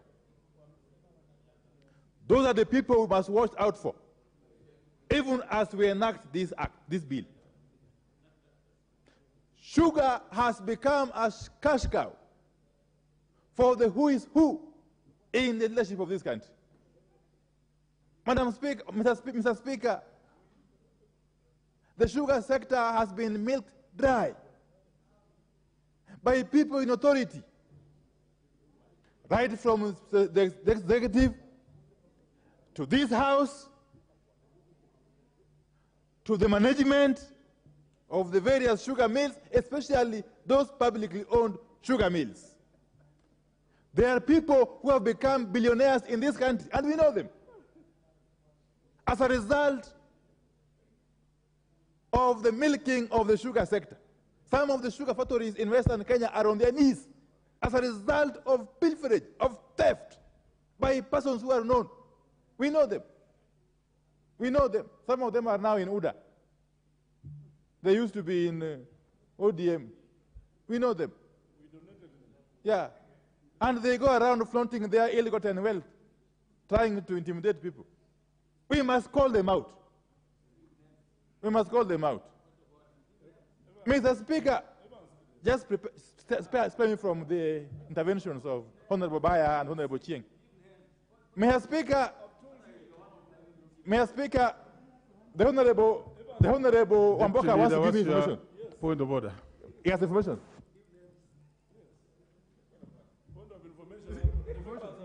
Honorable Speaker, I think the Honorable Wandai is doing very well. He's doing very well, and is saying things that Kenya would like to hear. But to the extent that he starts saying that they were in ODM, now they are in UDA, those people who killed the sugar industry, is actually going out of what a respectable leader like Wandai should do. He should stick to the facts. We have not inherited corrupt people from ODM. Corrupt people in ODM still remain in ODM. Order. We have not. I think your point has been heard. Honorable Wandai, proceed. No, Honorable Wandai, proceed. No, he has no capacity. No, I've allowed him. I've allowed him. Proceed, Honorable Wandai. The Speaker has declined. Just give him. Proceed, Honorable Wandai. Many members want to speak on this. Yeah. Just hold on, Honorable Wamboka. He will speak after me.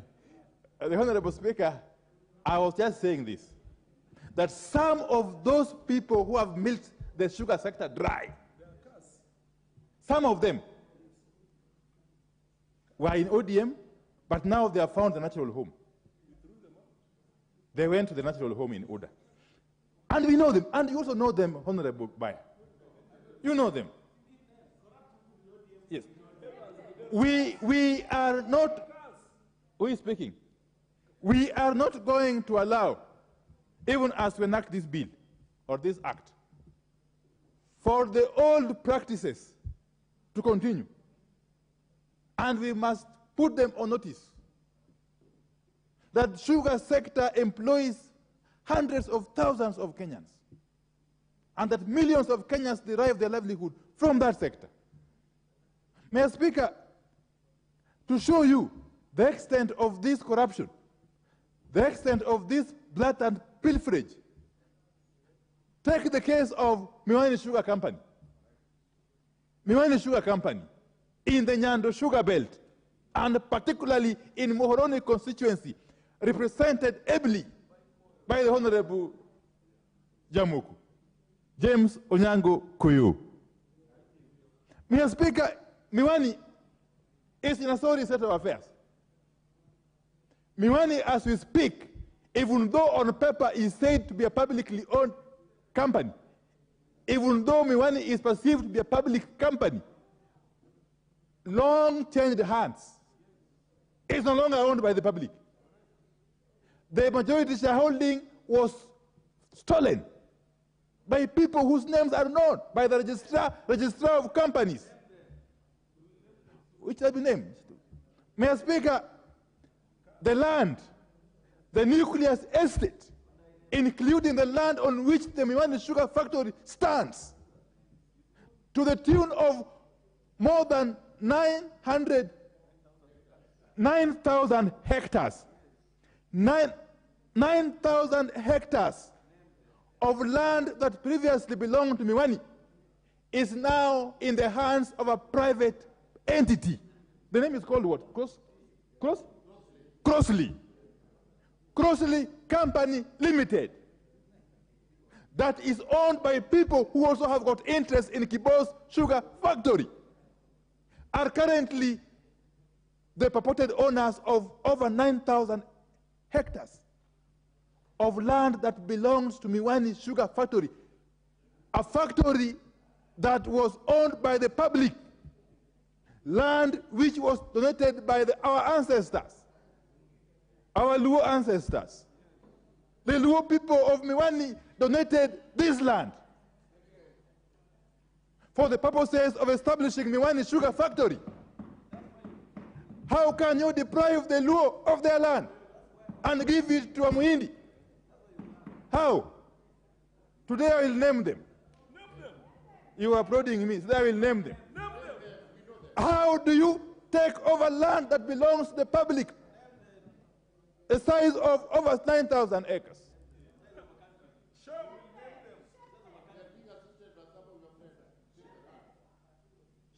I am told they were being assisted by some of my who? I don't know about that. But the fact of the matter is that unless and until the issue of Miwani Sugar Company land is addressed, there will be no reforms in the sugar sector, I can tell you. Because Miwani represents the ugly side of the sugar sector. And Mr. Speaker, you know this. You come from very close to that area. I wish you'd add me some 10 more minutes so that I can name more names. You'll pick it up from where I leave it. Honorable Koyo. If I don't speak for the poor Luo landowners in Miwani, who will speak for them? And therefore, I'm not ashamed. You can call me a tribalist if you wish. But I must speak for the helpless Luo farmers and Luo landowners in Miwani. Why do you deprive people of their land and their heritage? Mr. Speaker, another issue that is the cause of the current state of affairs in the sugar sector is the fact that these players are just a cartel. The same people who are doing the sugar milling are the same ones who are doing the importation. I am being told one of them is a Rai family. How can you be a sugar miller and at the same time a sugar importer? How? How can you? What will stop you from sabotaging the sugar subsector so that you can be given a chance to import? And in most cases, the same characters are the ones who are given licenses for importation. You can go for the records, even in this new regime. Even in this new regime, if you go to the Ministry of Agriculture, those who have been given licenses to import sugar are the same sugar barons who claim to be millers and at the same time importers of sugar. Until and unless we deal with them, there will be no reforms in the sugar sector. And therefore, as I conclude, I wish to add Mr. Mills because I was derived of my... Mr. Speaker, I want to see the EACC. Yesterday, I took a lot of my time at the EACC headquarters in Integrity Center, trying to follow up on my friend Wycliffe Oparanya's case. And I was blocked from entering the EACC. Mr. Speaker, I would want to see the EACC in the same manner it is going for the Oparanyas, to even at a higher speed go for these fellas who have stolen money from the sugar sector, who have brought our sugar factories to their knees, who have killed the sugar sector in general. Mr. Speaker, I conclude that let us pass this bill, but be cautious. I'm happy for the first time that we're not going to see a situation where a directorate in AFA is managing the sugar sector without the mandate or authority or the power or the capacity. Now the sugar board is being recreated. I hope it will have the mandate and the independence to play its rightful role in the management and development of the sugar sector. Thank you. I support. The Honorable Malulu Njendi. Thank you, Mr. Speaker. I first of all want to thank Honorable Wangwe for reviving this bill, which was with us in the 12th Parliament. And I hope that this time around, after our deliberations, the Senate will fast track so that we can realize this bill becoming an act. Mr. Speaker, personally, I want to appreciate this bill for three things. One is the creation of sugar board. Secondly, the issue of a sugar levy, and then thirdly, the issue of a sugar research foundation. Mr. Speaker, when I was elected to Parliament in 2013, when it comes to development in my area, Malava, most of the roads, most of the bridges were being done by these factories arising from the sugar levy that was being committed by these factories. But since then, disbandment of the sugar board, Mr. Speaker, this actually died, and I was a victim of blame, personally as a person, that I'm not doing what was being done before, and I'm therefore lousy. Mr. Speaker, I also want to appreciate the creation of sugar board, because most of the issues affecting farmers, Mr. Speaker, you will find that the MP, the area MP, myself, Wangwe, and the members in the sugar growing areas are always blamed for not actually representing farmers effectively because of not having the sugar board. With the sugar board, Mr. Speaker, farmers now will have a voice to present their own issues of interests through the so-called directors who will actually constitute this sugar board. Mr. Speaker, you are aware currently most of our sugarcane takes about 2 years on the farm. One time I visited Sudan, and I found that their cane takes about 9 months, is mature for harvest. I believe with this research, Sugar Research Foundation will be in a position to have persons who will do a lot of research so that we can actually maybe start planting those breeds that can actually take maybe 8 months, 9 months, that maybe can improve even the income of farmers instead of cane staying on farms for over 2 years. I want to thank members for their positive contribution, and I want to ask Parliament really this time around to be considerate of the farmers who grow cane, because currently where the people suffering, our farmers are suffering. For example, when you come to a place, factories have been closed, and they have been closed because we've not been having very clear policy in our areas. And when we have this sugar board and when we have this bill, then we'll have actually clear policies that will guide farmers when it comes to growing of cane. Otherwise, thank you, and thank you, Honorable Wangwe, once again. The Honorable Martin Owino, you're next on the list. Thank you. Thank you, Honorable Speaker. The issue of sugar is very, very emotive. Mr. Speaker, I'm a product of sugarcane farming, when sugar was sugar. Right now, when the Crop Act was enacted, as Minority Leader said, it was a disaster. And the sugar industry nosedived. As we speak, so many children have dropped out of school because their parents cannot afford school fee. The impact of that has not been realized and may not be realized now. That's why you have so many young people wandering about without what to do. It is true that this enacting of this bill will repeal that Crop Act of 2013, and that will usher in the Sugar Board, which have representation of farmers. So when we talk of pricing according to sucrose content, they will be a part of that decision, and that will make the sugar pricing. The other thing, as has been alluded with the honorable member, is the creation of the Research Institute. We are in a very competitive atmosphere, including commercial area, that if we don't research and come up with the right things to do, then we are lagging behind.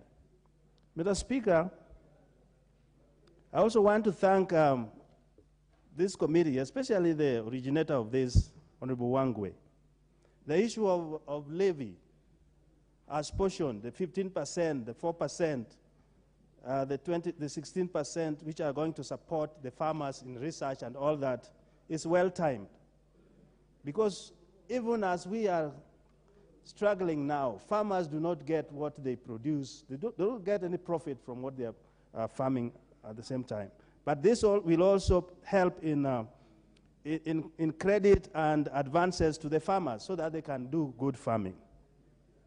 Mr. Speaker, one thing which I'm requesting that we look into when we come to clause 34 is the power which we want to give the CS to determine and gazette what levy to do on local production of sugar.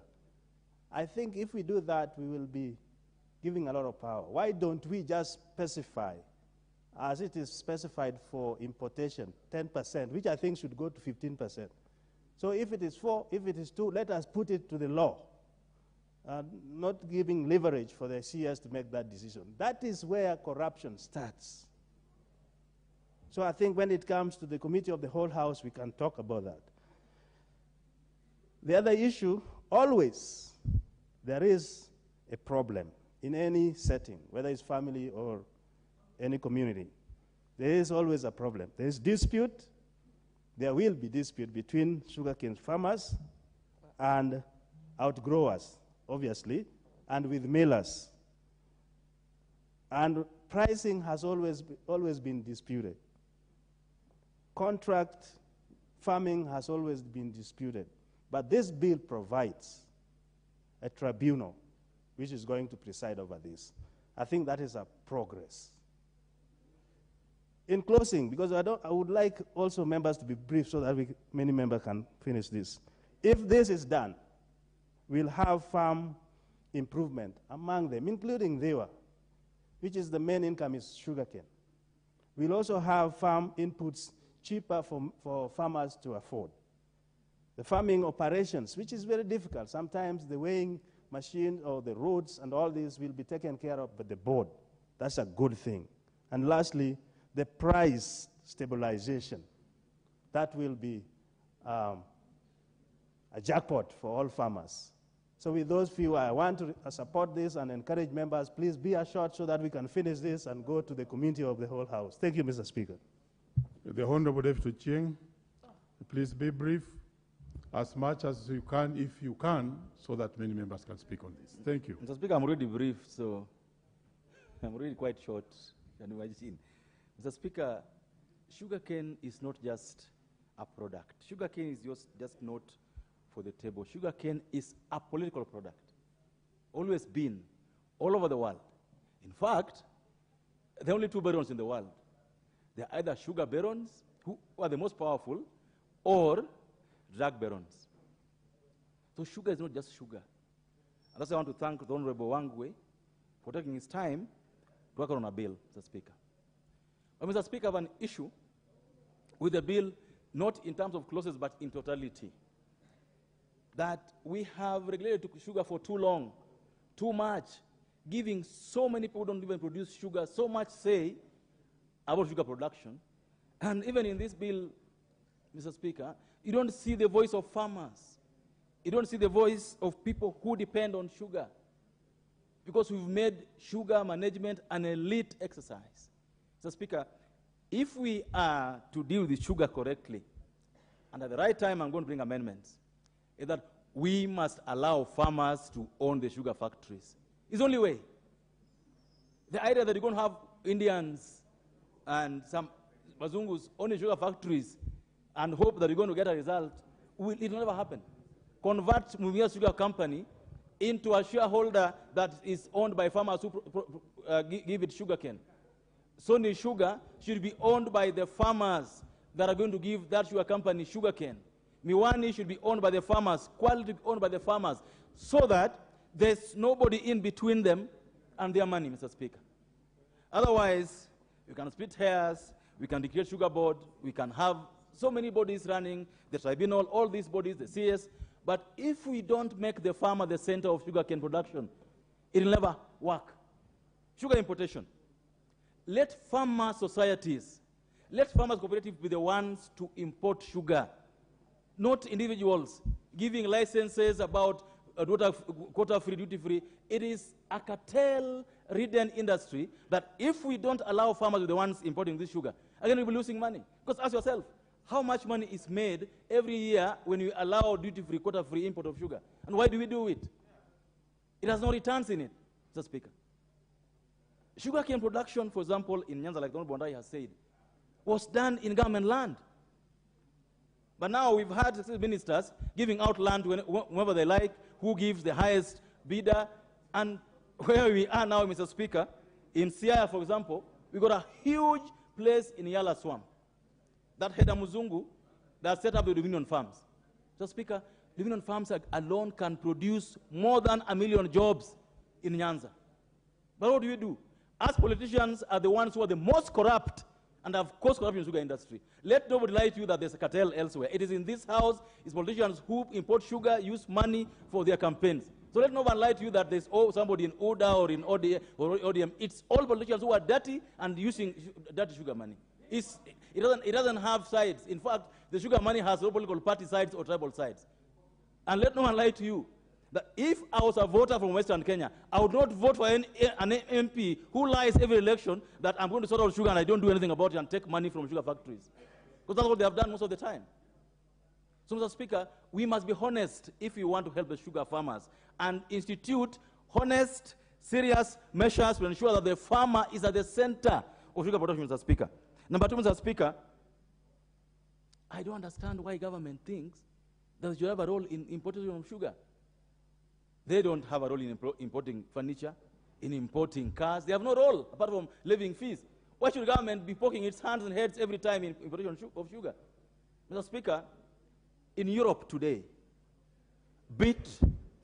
sugar beet farmers are the most subsidized. In America, the same. Sugar will always be subsidized. But in this country today, you hear, and I don't fear saying this, when you give tea farmers 4 billion, you give coffee farmers 5 billion, and then you throw to Mumia Sugar half a billion shillings and say you've helped them, you've not done anything. The sugar farmers have gotten the shortest end of the stick for a long time. You cannot be subsidizing huge, you subsidize Mira that just grows naturally in the trees, and you can't give sugar farmers what is their due. The Speaker, I sit in the Budget Committee, and we are going to demand going forward that enough money must be put to ensure that the sugar, because sugar industry, like I've said, Mr. Speaker, it's a political crop.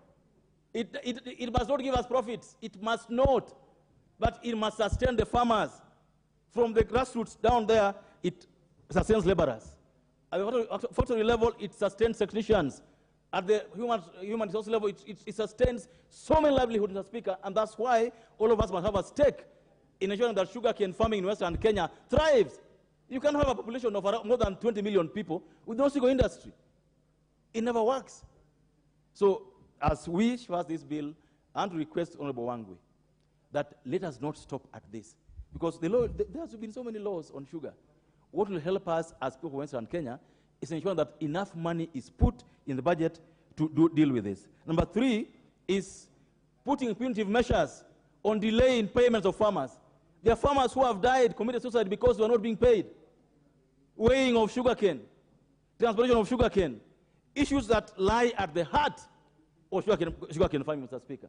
And so I want, as I finish, request that if we mean well, let's streamline research, technology, and ownership of sugarcane farms. Let's give these to farmers. And as politicians, let's lay our hands off the sugar industry. Let's look for money elsewhere.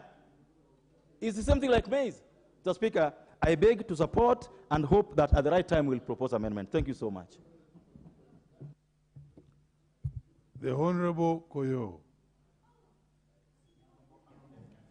Thank you very much, Honorable Speaker, for the consideration. Mr. Speaker, on the onset, I want to take this opportunity to thank Honorable Mangwe and to laud him for his consistency. Why do I say consistency? Sugar has a lot of complications, vested and contracted and protracted interests. I was lucky to be a member of this parliament, this house, in the 12th parliament. And this bill we are canvassing here today, we ably canvassed it in the 12th parliament, discharged it fruitfully from this House and took it to the Senate, because sugar is an agricultural product and agriculture is a devolved item. Unfortunately, and contrary to what my fellow members think, that this thing was disabled because of time, I know that because of protracted interest. Those who have vested interest, the sugar industry who are against this bill, use their good connections in the Senate to stall it and ensure that it's stalled in the end. And that's why we are where we are today. So I want to thank Honorable Mongi for revising this bill, and I want to implore all members who mean well for this country that this bill means so well for the hoi polloi, who is a sugar farmer in the rural area. I represent people whose interest is sugar farming, sugar milling, and those who are working in the sugar industries. And there are so many. And when the sugar industry was booming, the livelihood was very good, and people were very happy. But unfortunately, disorder was created temporarily by the ruling mandarin, so that they can have excuse to make quick money from sugar import. At the time of canvassing this issue in Parliament, a disorder has been created in the sugar industry, Honorable Speaker, where a body that is supposed to be governing the running of sugar industry today, called Agricultural Food Authority, unilaterally came up with a directive without requisite room for people to discuss. Came with a directive that all the sugar factories were going to be closed, which was good enough to enable sugarcane to mature for the betterment of the industry now and in future. But unfortunately, while this was done and public factories were closed, one mailer is allowed, continues with the mailing exercise up to now. And this is going to create a lot of chaos in the sugar industry, more so in the Nyando Belt. And I want to use this podium to ask AFA to make sure that they rein in those who are disregarding this directive, and to make sure that in future consideration must be given, equal consideration must be given to all participants in the sugar industry. Well, if this bill passes, and I believe like we did last time we'll pass it, we'll make sure it will bring a lot of improvements, because we are going to restore the sugar board. And when the sugar board was active, the factories which are when they are challenges, they would go to the sugar board and appeal for funding, which they got easily because sugar board has got money from Sugar Development Fund, which is deducted from each time sugar deliveries are made by the farmers. But this was discontinued when the sugar board was disbanded, and with the reinvestment of the sugar board, the need will be sustained. We are with the biggest problem we have with the sugar industry today, and this I want to thank the CS. He ably talked here yesterday, the former CS. When he was there, together he came up with a task force that's led by the former Kakamega governor, Wycliffe Oparanya, and the Kisumu governor, Nyang' Nyong'o. And we ably canvassed this sugar, the who's benefiting the sugar industry, and came up with suggestions. The suggestions, one of them was we wanted the sugar industry privatized. But because of vested interest, like even today it is the case, I understand some sugar industries have been lined up. They want to be tax exempt so that all the tax will be written off and then they can be lined up for selling. But this, because of vested interest, this cannot succeed because the ruling mandarin, those who have money, have already lined up. They have already created companies offshore. The same Asians who are being used by the ruling mandarins here have already floated companies which they have kept them outside. So they want to come back as if they are the new people who are coming to buy the same factories at throwaway prices using their high political connections. So we want this to be done. We want the common man to be involved. The question of land to be addressed properly, such that if you want to take Chemelil, you must tell us, because we gave land a donation long time ago. We gave land for the purpose of milling sugar industry. If we are no longer going to mill sugar industry, or we want to change hands, the sugar industry change hands, the public who donated land must be told what is the position of their land. Either they must be bought, or they must be given shares equal to the money that they gave. Then I now want to revisit the elephant in the room. My friend and minority leader ably touched live wire here, the Miwani Sugar Company. Miwani Sugar Company was the first company that was started in this country, followed by the one in Mombasa, Ramisi, in 22.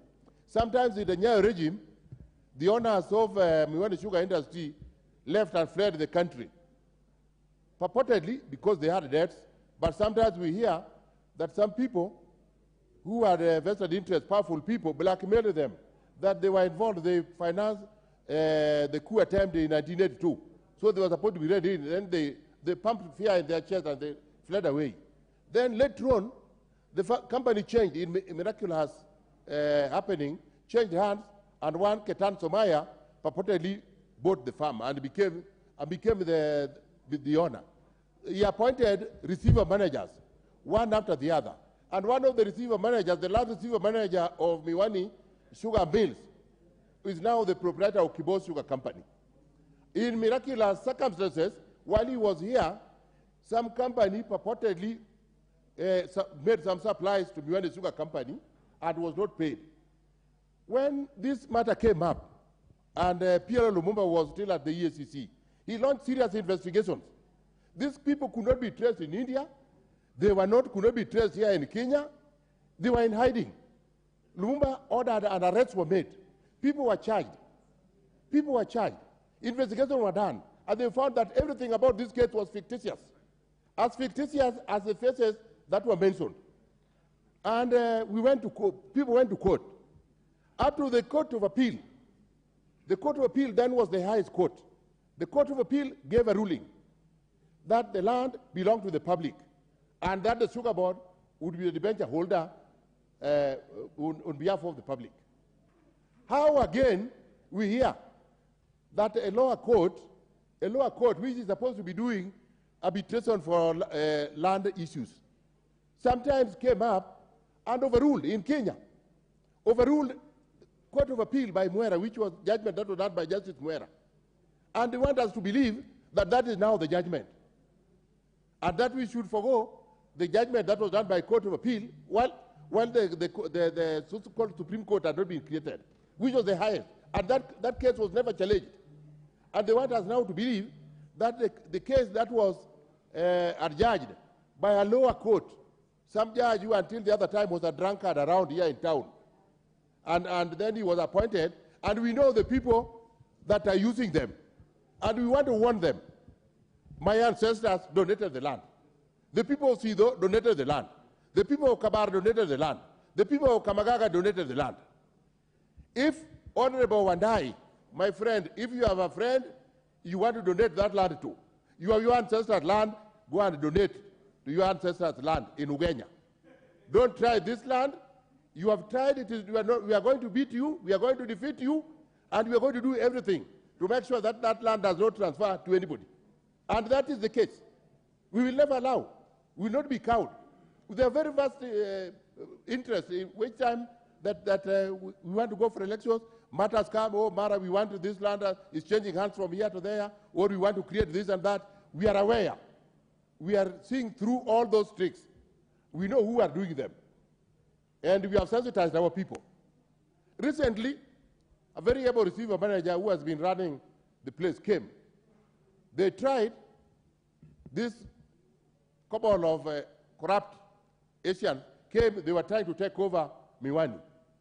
Then war came, and they were thrown out. The people were thrown out.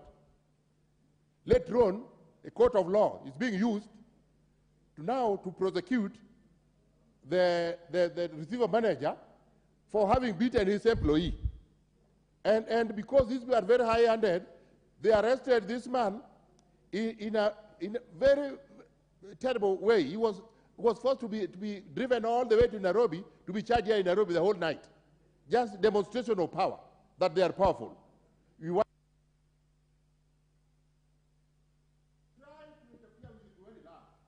know our might.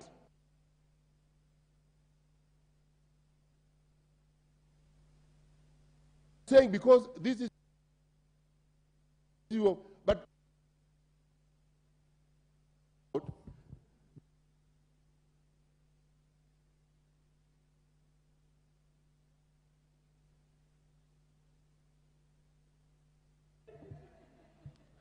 The Honorable John Waweru. Let's get a voice from outside the belt also. Mr. Speaker, some of us lodged in our cards here at 1:30 p.m. so that we can be able to contribute to this Sugar Bill 2022. And Mr. Speaker, it would be wrong for me to start contributing without first thanking the Honorable Emmanuel Wangwe. If he has ever done any job in this parliament, this is the job you came to do in parliament, Honorable Wangwe, representing your people and doing the work that they sent you here to do. Mr. Speaker, you have seen this debate has been totally emotive this afternoon, and for good reason, Mr. Speaker. Mr. Speaker, the dominance of sugar as a commodity is very recent. Actually, if you look at the history of sugar, granulated sugar could have been used in India as early as the 6th century BC.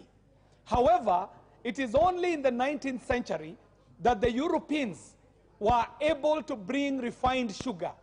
And after that, the progress of sugar has been a bitter story of exploitation. It has been a bitter story of racism. It has been a bitter story of obesity. It has been a bitter story of environmental degradation, displacement of humans, and many other ills, Mr. Speaker. Kenya is not spared. That is why we find ourselves suffering what I would call the sugar curse. Mr. Speaker, I'd like to note that out of the over 12.5 million Africans who are kidnapped in the transatlantic slave trade, around half to even 2/3 of them were actually enslaved in sugar plantations. So sugar itself as a commodity has a very sweet and bitter history, Mr. Speaker, and we are caught up in that as a country. Mr. Speaker, I would like to congratulate Emmanuel Wangwe for bringing this very timely bill to the House that seeks to provide for the development, the regulation, and the promotion of the sugar industry, and to provide for the establishment and the powers and functions of the Kenya Sugar Board and for connected purposes. Mr. Speaker, on the onset, I'd like to say I support. Mr. Speaker, having gone through this bill, I'm seeing that in clause 23, this bill is seeking to bring up and establish the Kenya Sugar Research Institute. If not for any other reason, Mr. Speaker, I'm supporting this bill because Kenya has to catch up with the world and even overtake the world in terms of the knowledge on the development of sugar, Mr. Speaker. Our industry today is extremely archaic, Mr. Speaker. That is why our sugar is not competitive, not in the local market, not in the regional market, not in the international market. This research institute ought to tell us, Mr. Speaker, why is it that we cannot have a short cycle in the plantations of our sugar, in our sugar belts, of a sugar crop that would grow faster, is harvested faster, and is produced, is processed faster. Mr. Speaker, if you look at the members representing the sugar belt, they will tell you that if they were brought up in a sugar farm that was 10 acres, today that 10-acre farm has been cut down to the size of a handkerchief, Mr. Speaker. And we are here talking about developing sugar. Mr. Speaker, the provisions in this bill that seek towards protecting sugar land must be protected, Mr. Speaker. And this research institute must also tell us how is it that we can grow sugar productively in smaller pieces of land, Mr. Speaker. Mr. Speaker, in the interest of time, I will not prosecute this further. I will go to part 4, where on clause 29, there is a provision here that the board may appoint qualified persons to the crop inspectors, to be crop inspectors for the purposes of this act. And Mr. Speaker, in the third reading, I shall be seeking to amend this provision so that instead of reading may, it should read shall.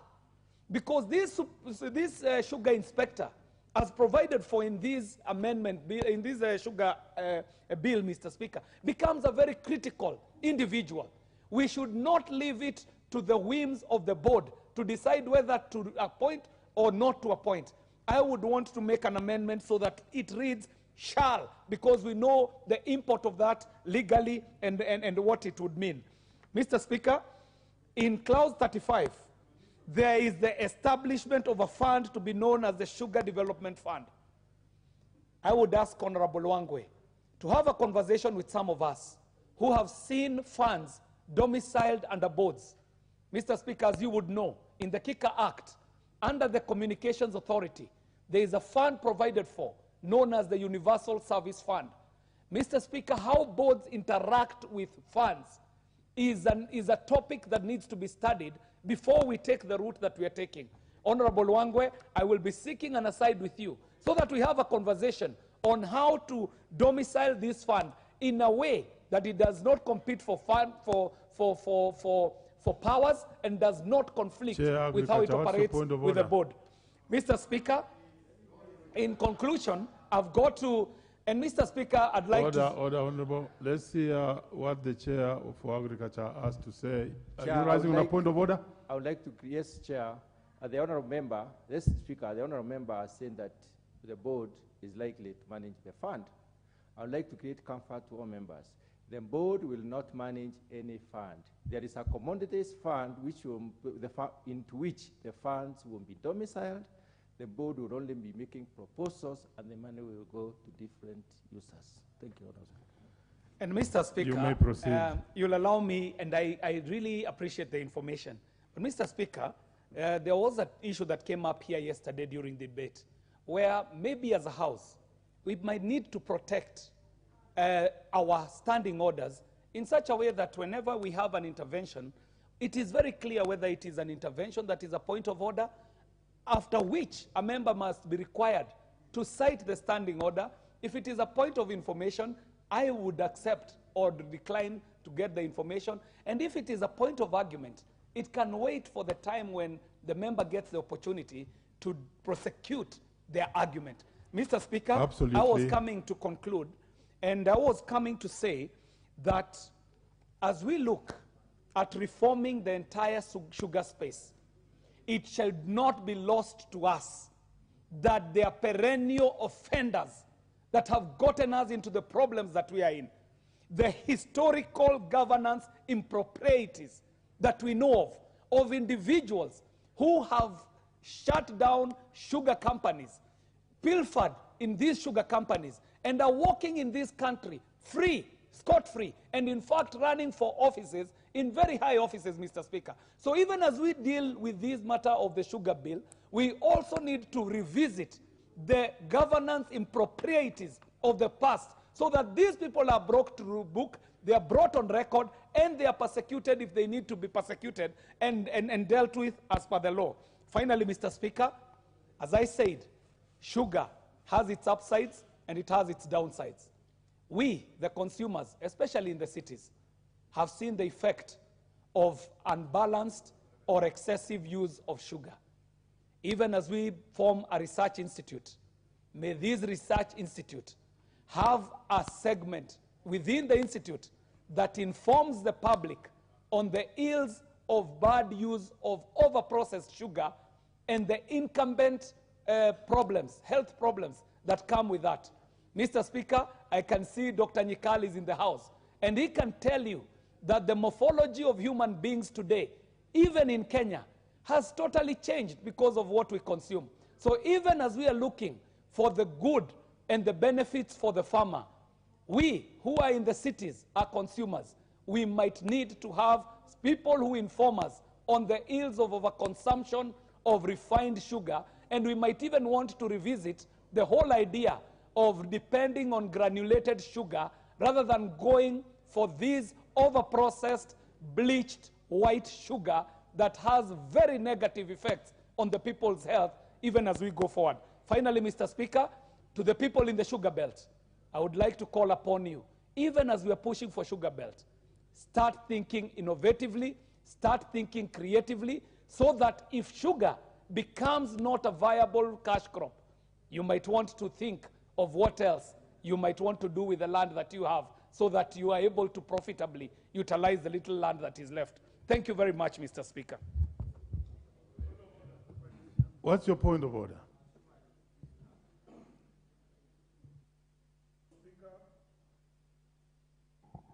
Honorable Speaker, I want to stand under Standing Order number 95.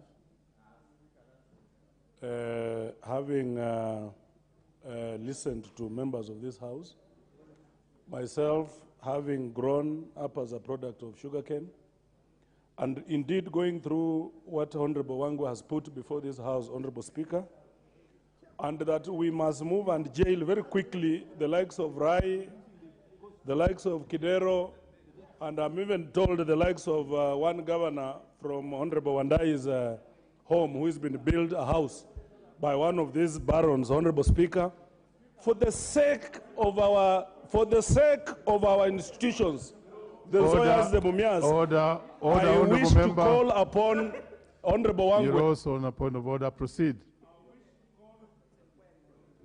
I wish to, therefore, Honorable Speaker, call, before interrupted me, I said... order, member, unless you are not serious with I wish to rules. call Honorable Wangwe to come and reply so that the likes of Rai, the likes of Honorable Wandai's governor are jailed. I beg to call Honorable Wangwe to reply. Honorable Speaker, thank you.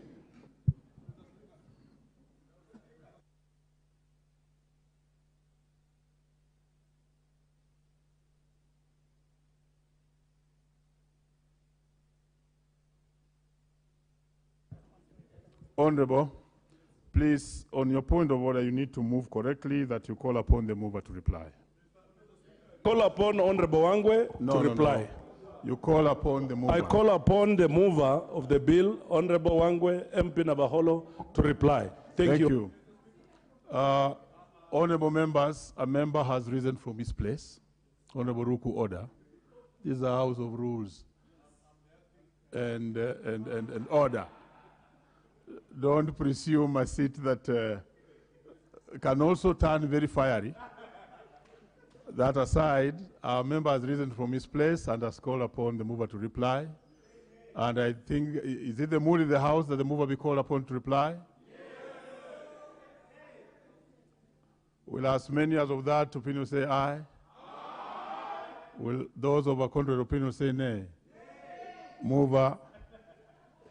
Thank you very much, Honorable Speaker. And with your indulgence, allow me to request that you just allow me to donate, even if it's 1 minute, to give to the Chair of Finance, and another 1 minute to give to the member for Lurambi, and 1 minute to give to the member for Funyula. Thank you, Honorable Speaker. Honorable Wangwe, you have 5 minutes, so Finance.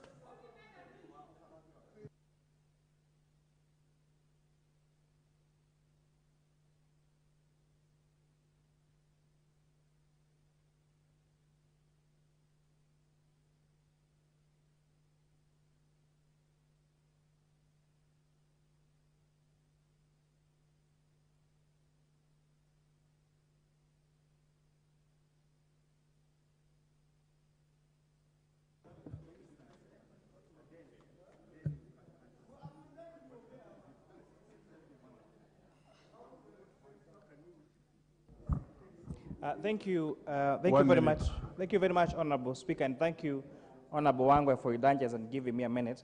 I specifically requested to speak on this matter because the Speaker ruled last week in a communication that the Committee of Finance and National Planning, jointly with the Committee on Agriculture, looks at several measures that have been put in place to help the sugar sector.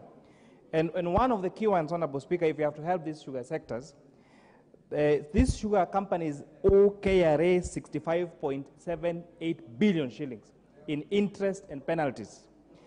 These sugar companies are owed GOK 50.14 billion shillings. And therefore, even as we think about how to help this sugar sector, if the issues of the interest and penalties that are owed to Kenya Revenue Authority, the money that has been advanced to these companies by GOK up to 65 billion shillings is not addressed, then we will not have this particular sector get to work. But as I wind up, Honorable Chair, so that I give a chance for other people to contribute on this, research is very important. We cannot expect to grow sugarcane the same sugarcane that was grown by our ancestors, by the colonial masters, and then we expect results. So that really has to be looked at. And again, I thank you, Honorable Wangwe, for being consistent in spearheading the needs of your people. Thank you very much. Kamala, 1 minute. Thank you, Honorable Speaker. I don't know what I can do with 1 minute, but I'll try my best.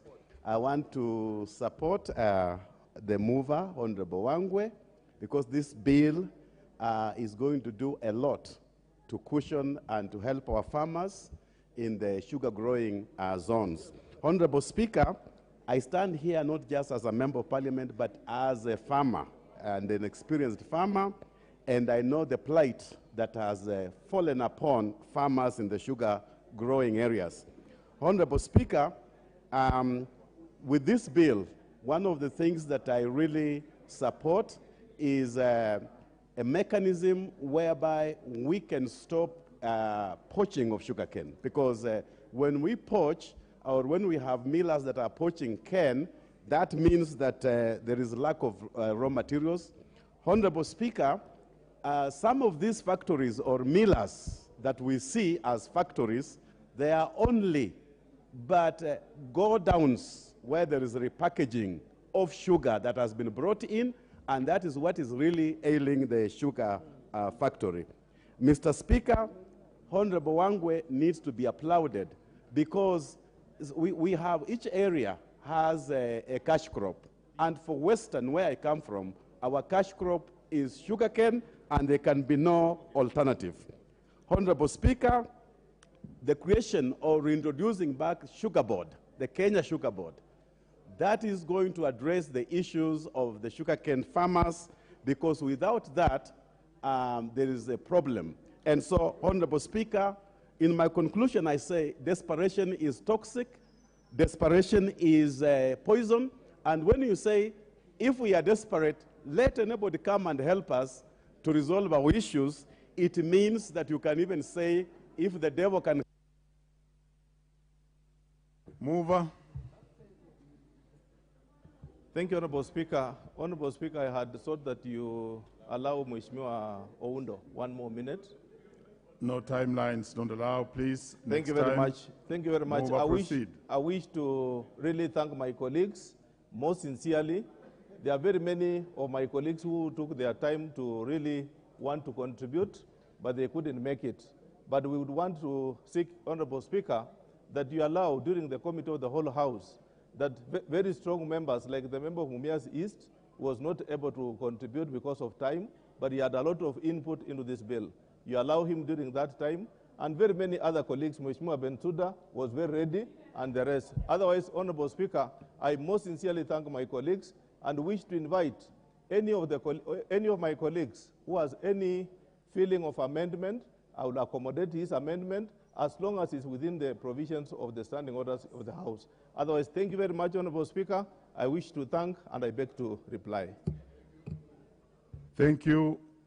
It was in the interest of the Speaker as he directed that this bill needs to move, and you realize it's very important. That's why it's also attracting a lot of good attention in the House. The members who have not spoken on it, please, in the third reading, we shall really fix the law, so be there to now fix the law. Having said that, yesterday, a member rose from his place on Standing Order number 33, and it was ruled by the Speaker that at exactly 5:30, we allow Honorable Emase to move her special motion of adjournment.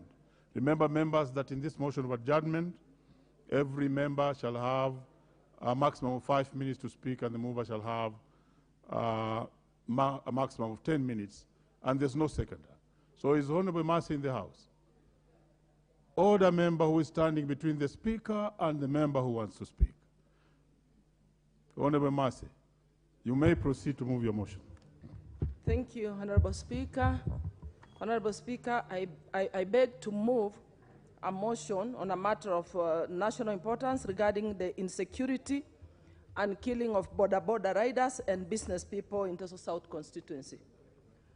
Honorable Speaker, insecurity and the targeted killing of border riders has been on the rise in Teso South constituency, where frightful residents have been witnessing dastardly attacks and cold-blood murder of border riders and, in some cases, business people. Honorable Speaker, according to the reports, the gang has been targeting motorcycle riders,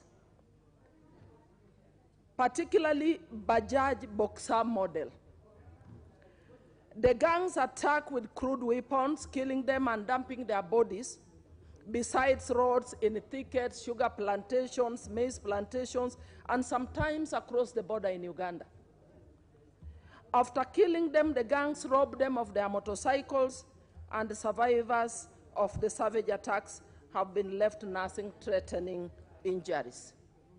Honorable Speaker, all incidences involve riders who have purchased motorcycles from credit vendors who offer flexible payment plans.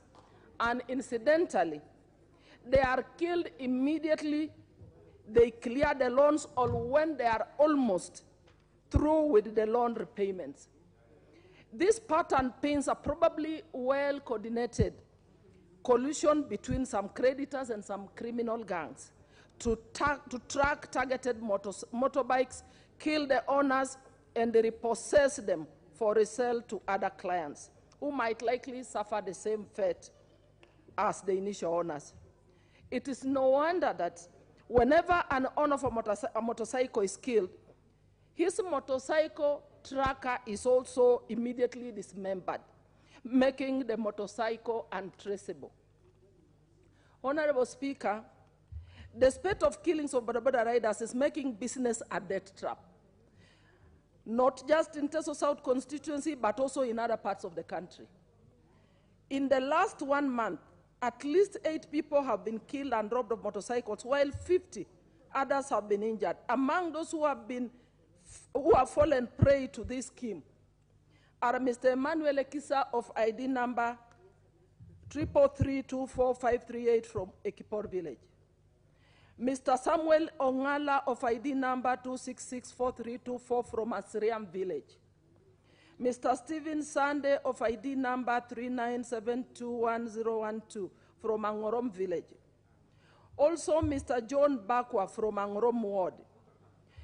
Mr. Bernard Ocheng from Siaya, he was also a border in Busia, he was killed. Mr. David Ocheng from Siaya as well. Mr. Kyle Olubai from Agolot Village, he has gone missing, he went missing with his bicycle. Up to today, he has not been traced. Mr. Peter Maina, a businessman who was shot in his shop at Ojami Center. Honorable Speaker, this trend is worrying. And we cannot sit as leaders in this country and watch as young, vibrant, hard-working young Kenyans are being killed for no apparent reason. Honorable Speaker, Chapter 4 of the Constitution on the Bill of Rights is very clear. Article 26, 1-3, that everyone has a right to life and that no person should be, 1-3, should be deprived of life intentionally. Honorable Speaker, we know that transport, border transport is a very popular means of transport, not only in the rural areas, but also in the urban centers. And Honorable Speaker, over time, this business has evolved. And they play a very critical role in the transport sector, very significant in development of this country. And Honorable Speaker, the border sector is a major player in this space because it creates employment. Most of these young people who have been killed innocently, they are breadwinners in their families. They are the ones taking care of school fees for their siblings, putting food on the tables. And if we look at the country, the state in which we are today, statistics on unemployment by 2022 was at 5.5%. Universities continue to release graduates every year. TVETs continue to release graduates every year. Same to all other middle-level colleges. There is serious unemployment, and these young people are trying to create employment for themselves and for others. But going by what is happening, Honorable Speaker, this insecurity is not only affecting businesses, it is affecting livelihoods across the country. Honorable Speaker, as I approach conclusion, I want to say that there is a need, probably this is the right time for the Ministry of Transport and the Ministry of Interior to come together and develop a proper policy framework to manage, to govern, to regulate, to administer the operations of the border sector. Because despite its growth and evolvement over time, this sector is still, the border business, they are still operating as an informal sector within the transport ministry. There is very minimum legislation to regulate the operations of the border. The border riders must be able to operate in a secure environment where their lives and the lives of their customers are protected, so that together we can build the economy. Honorable Speaker, it is really very sad, and as I conclude, I want to send my condolences to all the families that have lost their loved ones through this unwarranted, horrifying scenes that we have witnessed in Busia County, Teso being one area that has really felt and suffered and lost majority of them. And Honorable Speaker, I just call upon the security agencies to do something about it and think outside the box and develop certain strategies that may help to address this menace. Probably it is time that the sector is organized such that when the border is leaving the stage, probably they should have designated stages where when the border rider leaves the stage with a client, it is known whom he is carrying, whom he is ferrying. So that when he is found dead, his body is collected the next morning, it is known who was he carrying, whom was he ferrying, and to which destination. At this time where we have technology, we have the phones, we have the apps, it is possible to record everything and send to the office so that it is known who was being carried at what time to which destination. Thank you, Honorable Speaker. And I now call upon... No, we don't need a seconder. You beg to move. I beg to move, Honorable Speaker. Thank you. To have the first bite on this one is Honorable Undo. Honorable Speaker, thank you for giving me opportunity. And I was going to complain bitterly because my card has always been on top all the time. And for obviously by either an act of God or deliberate mechanization, I was always being skipped. Honorable Speaker, let me laud my fellow member of parliament from Busia County for bringing this timely motion to debate matters of national interest. Honorable Speaker, the spate of killings in Busia County as a whole is not confined to Teso South alone. It cuts across the entire Busia County. It's an alarming situation that we, the leaders, have attempted to address, but not much success, Honorable Speaker. Busia Town is known to be the home, the originator of border. Before then, we used to have bicycles, which were called then bicycles. If you never boarded and took a ride in a bicycle, you had not, in quotes, arrived. And if you never owned a bicycle, Honorable Speaker, you are not considered a man enough, and no girl would ever accept to talk to you if you didn't give her a ride on a bicycle. And I'm sure Honorable Emase got swept away on her feet with a ride on a bicycle. Honorable Speaker, the border industry is an industry, is a sector that requires a lot of attention. I remember, Honorable Speaker, the last regime, the Jubilee government, made an attempt to bring sanity in the border sector, to regulate for purpose of security and orderly conduct of the business. However, Honorable Speaker, the process was politicized by the Hustler dynasty narrative that essentially left them the way they are now. Honorable Speaker, they're vulnerable. A motorcycle with a passenger whom you have no record where this passenger is coming from. So therefore, many times, they are left on their own device. They are many, they cannot be policed altogether. And I totally agree with the Honorable Mary Emase that there must be some kind of technology that we can allow them to be traced. For example, if you book an Uber or a Bolt or the taxi hailing, this has got an option, share location or share the trip. They must embrace that particular aspect. But Honorable Speaker, just to put the matter in perspective, the issue of Busia is not a transportation issue. It's a complicated matter to do with, number one, Honorable Speaker, smuggling. The border riders are the ones who are being used to smuggle. So many times when the deal goes bad, who is the first victim? The carrier of the merchandise or the illegal smuggled product. And Honorable Speaker, this is done at the protection of the police in Busia town, protection of the Ngao officers, starting with the county commissioner and county commander. So we cannot come here as members of parliament, try to hide matters under the carpet instead of telling what the truth as it is. Honorable Speaker, we must address that manners. Citizen TV, and I think even NTV, aired the story very well.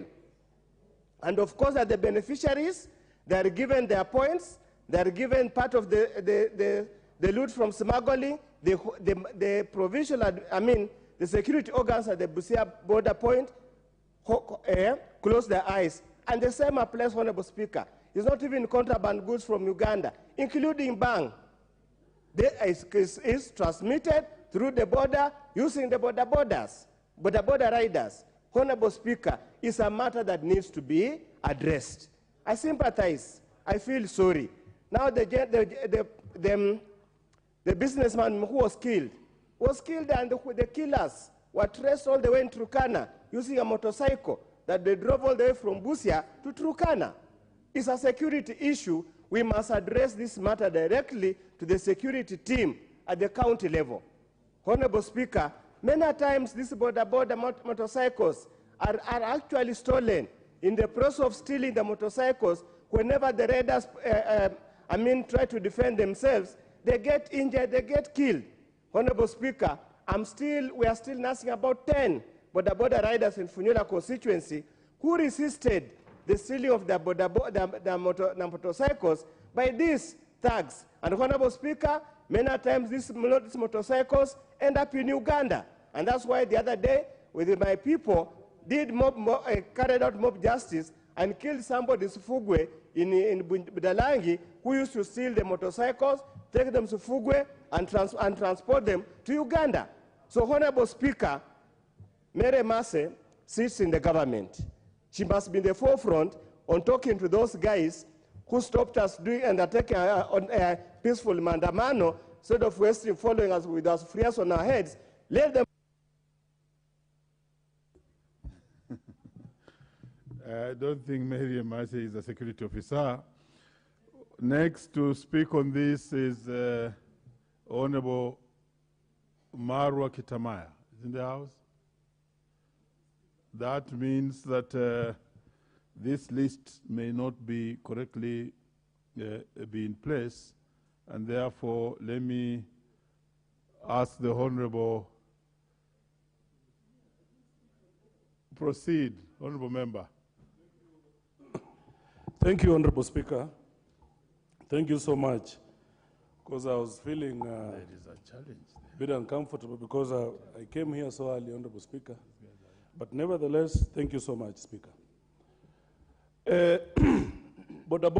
First I would like to thank my sister, who is also my neighbor, and quite a very able MP from Teso South, for bringing up, highlighting issues that affect our border, Honorable Speaker. Border industry is a very, very key industry indeed, because it accounts for a very huge transactions financially in this country. These are people who are always used when people feel that they want to achieve their own interests, but immediately after that, they are left to rot. These are the same people who help us, Honorable Speaker, during campaign times, during mobilization of our rallies, during, if we want to disseminate information to the people, these are the people who help us. Border borders also play a very key role, Honorable Speaker. Down in the villages, there are also security by themselves. We've seen they've tried to help us, even people who steal, thieves, who have been lynched by this border. Of course, I believe in the rule of law, but at times, people who live by fire, they must also be extincted by fire, Honorable Speaker. Honorable Speaker, it is so sad, very, very, very sad, what is happening lately in this industry. These young men and sometimes also women are losing their lives terribly, Honorable Speaker.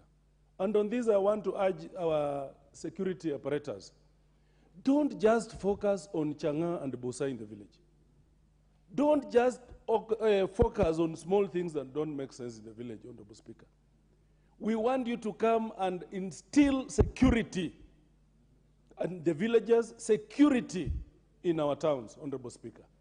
The security agencies are now focusing on things that don't matter. And I wished the majority leader, who at times speaks carelessly, when he was telling most of us yesterday that our members are not here, I wish he was also here, so that he takes this to the government Honorable Member, of William Ruto. Don't address a person who is not in the House and cannot defend himself. Proceed. But he was also addressing members who were not in the House yesterday, Honorable Speaker, that they must tell this government to prioritize security matters. They must tell the government to protect these young people who are losing their lives every day, Honorable Speaker. That they must stop hitting people who are demonstrating for the rights. They must direct those guns. They must direct those bullets. They must direct those cannons to the real culprits, people who are robbing innocent Kenyans of their lives, Honorable Speaker. I want the Minister for Interior to refocus his energies, to sit down with his people, to ask themselves if they are doing justice to this country.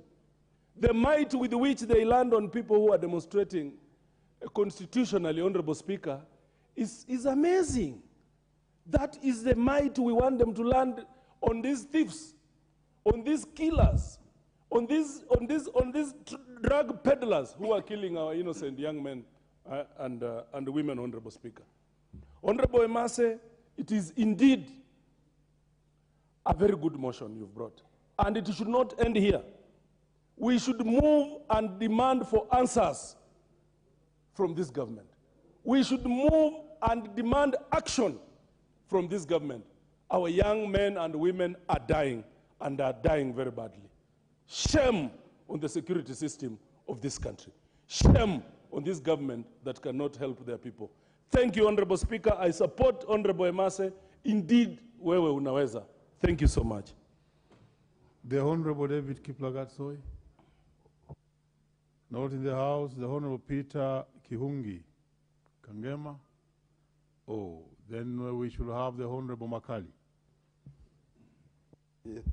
Thank you, Honorable Speaker, for giving me this opportunity to also weigh in on this motion by the Honorable Member for Teso South, the Honorable Mary Emase. Honorable Speaker, border sector is a critical sector in this particular country.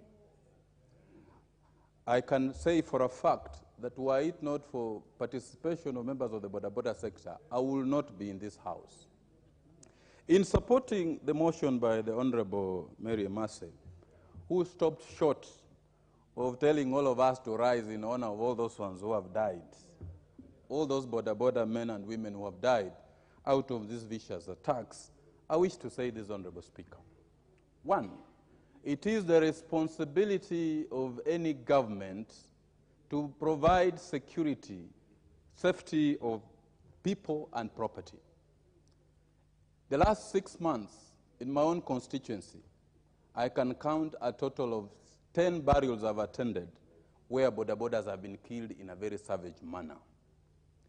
And out of those deaths, no single person has been arrested and arraigned in court on charges of murder or theft or robbery as of those cases. That now begs the question, where are our security and investigative agencies? The security and investigative agencies are concentrating on arresting border borders who are found maybe operating out of time, but they are not giving it a very, very serious approach in protecting them, because these border borders do not choose to be border borders by them.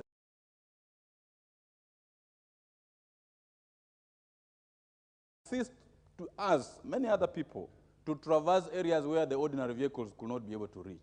But you see, we must come and be alive to the fact that criminal gangs have invaded the border sector.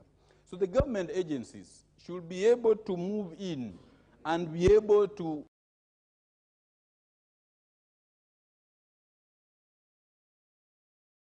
particular country.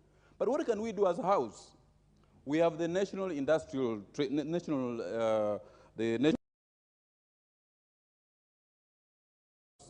and latching on Honorable Mas's motion, we need to develop a policy and legislative framework, and we even have laws that are supposed to govern the border sector, so that we do not have criminal gangs invading this particular infiltrating this particular border sector, so that the innocent borders are losing their lives because of criminal gangs who have invaded this particular sector. We will be urging, and we'll be moving on, and maybe liaising up with Honorable Mase, that we conduct serious public participation so that we can be able to come up with a legislative framework that should be able to guide the operations of the border sector, so that we don't only want to regulate the border sector by virtue of licensing. We need to involve the MAP and create a legislative framework where the border people can feel they are part and parcel of this country, they are people who are earning a genuine living, and their lives and property is secured. We need also to consider, moving into insurance. Most of these border people who have died, they have left families destitute. They have left children who are not going to school. People have been orphaned. People have been widowed.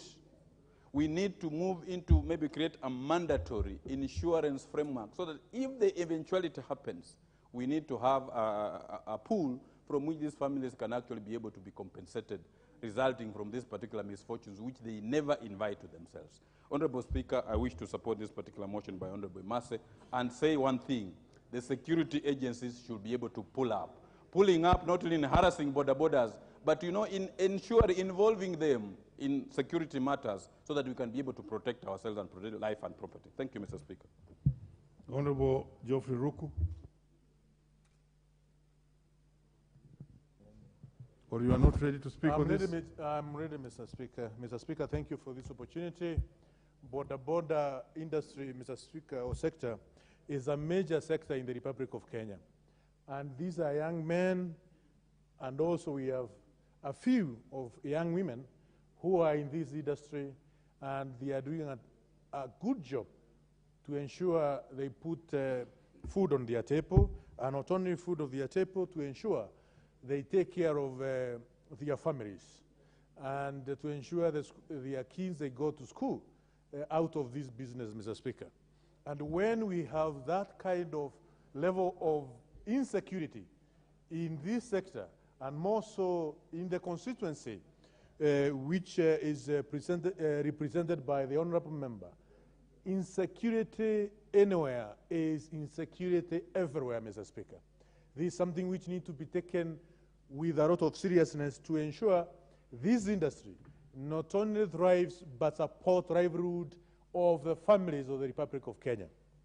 We know, Mr. Speaker, the end of state and the president is very keen in ensuring this sector of border is well entrenched, and the cost of running business within the border industry is reduced. And that's why the e-mobility is a key element which is championed by Kenya KWANZA government.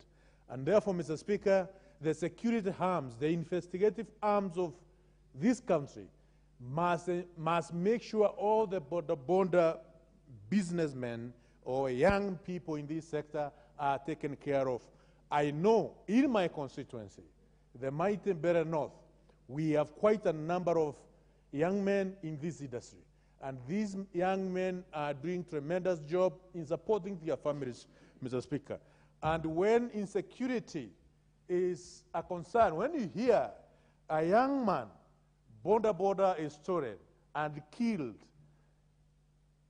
this parliament should be in a position to invite the IG, the Inspector General of Police, to come and explain what he's trying to do to ensure there is no heinous crime within that sector.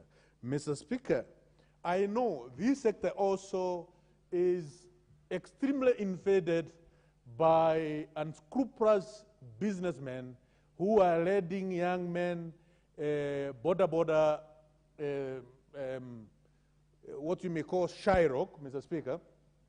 And when the border rider or the owner is unable to pay, or he gets rate within a week to pay some of these shyrock very high interest loans, the kind of treatment which these young men are facing is extremely bad treatment, inhuman treatment, Mr. Speaker.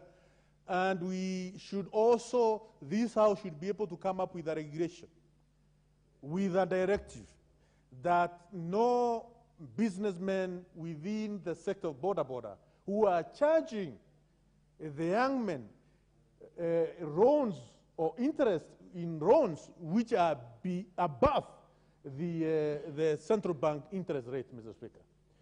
We have seen the other day a photo which was circulating in the social media, a young man who owned a border being tied at the back of the border by a render, by a shyrock, because of defaulting to pay some of these loans, Mr. Speaker.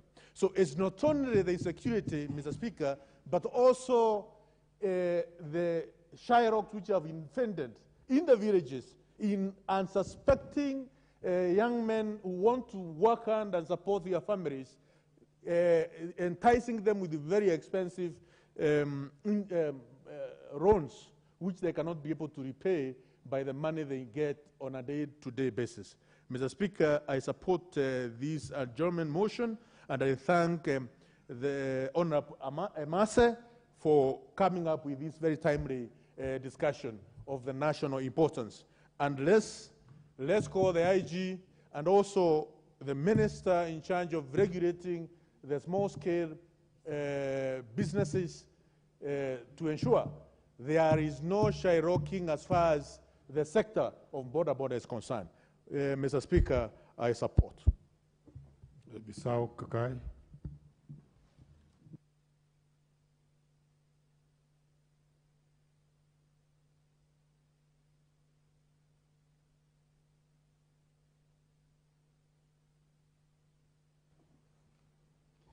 Thank you, Mr. Speaker, sir, for giving me this opportunity. Today,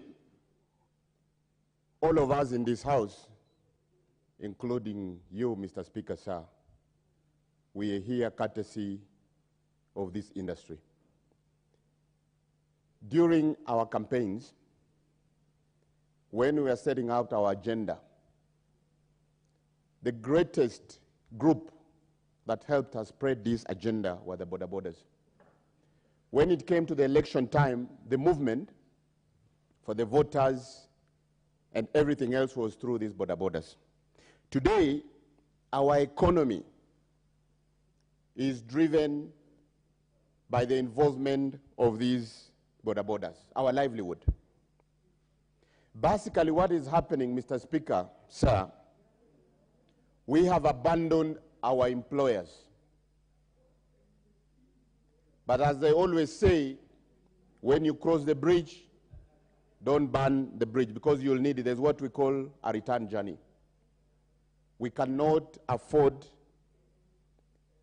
to give a blind eye while we see the border industry being brought down. And I want to thank Mheshimiwa Emase for bringing this particular important bill. And it's not unique to Busia County. In my community constituency, Trans Nzoia County, the borders are going through the same story. And it's so painful, Mr. Speaker, standing here as the chairperson for peace and security in the Great Lakes, elected by 12 parliaments. Only last week, we were in the Congo briefing His Excellency President Tshisekedi on the issue of peace. So it's very painful. While outside, we are there spreading peace, but in our own backyard, our own employers, bodabodas, they don't even have peace. And again, in line with the current government, where we talked about bottom up, we expect that priority is given to this particular sector. And what we expect is not only investment in the human component, but we want to see, we've got now a fully fledged ICT ministry in collaboration with the Internal Security Ministry. We want to see modern technology whereby these prone crime areas are actually be able to be captured. And again, Mr. Speaker, we've seen situations whereby we are even sending policemen to peacekeeping missions. Are we saying that we are liking more non-Kenyans to Kenyans? We want to see more investment in our people to protect that. And most importantly, Mr. Speaker, we want to see the regulation, because apart from the security situation, there are issues of acquisition whereby the interest rates are very, very high. You'll find that part of the insecurity is where most of these bodabodas are even running away because their bikes have to be taken because of non-payment. So we would like that this issue of insecurity also caused by road accidents or being insecure because of poor economic livelihoods, that is looked into. And most important, the issue of insurance. Hardly a day passes without getting an issue where a bodaboda is being hospitalized or a bodaboda has died.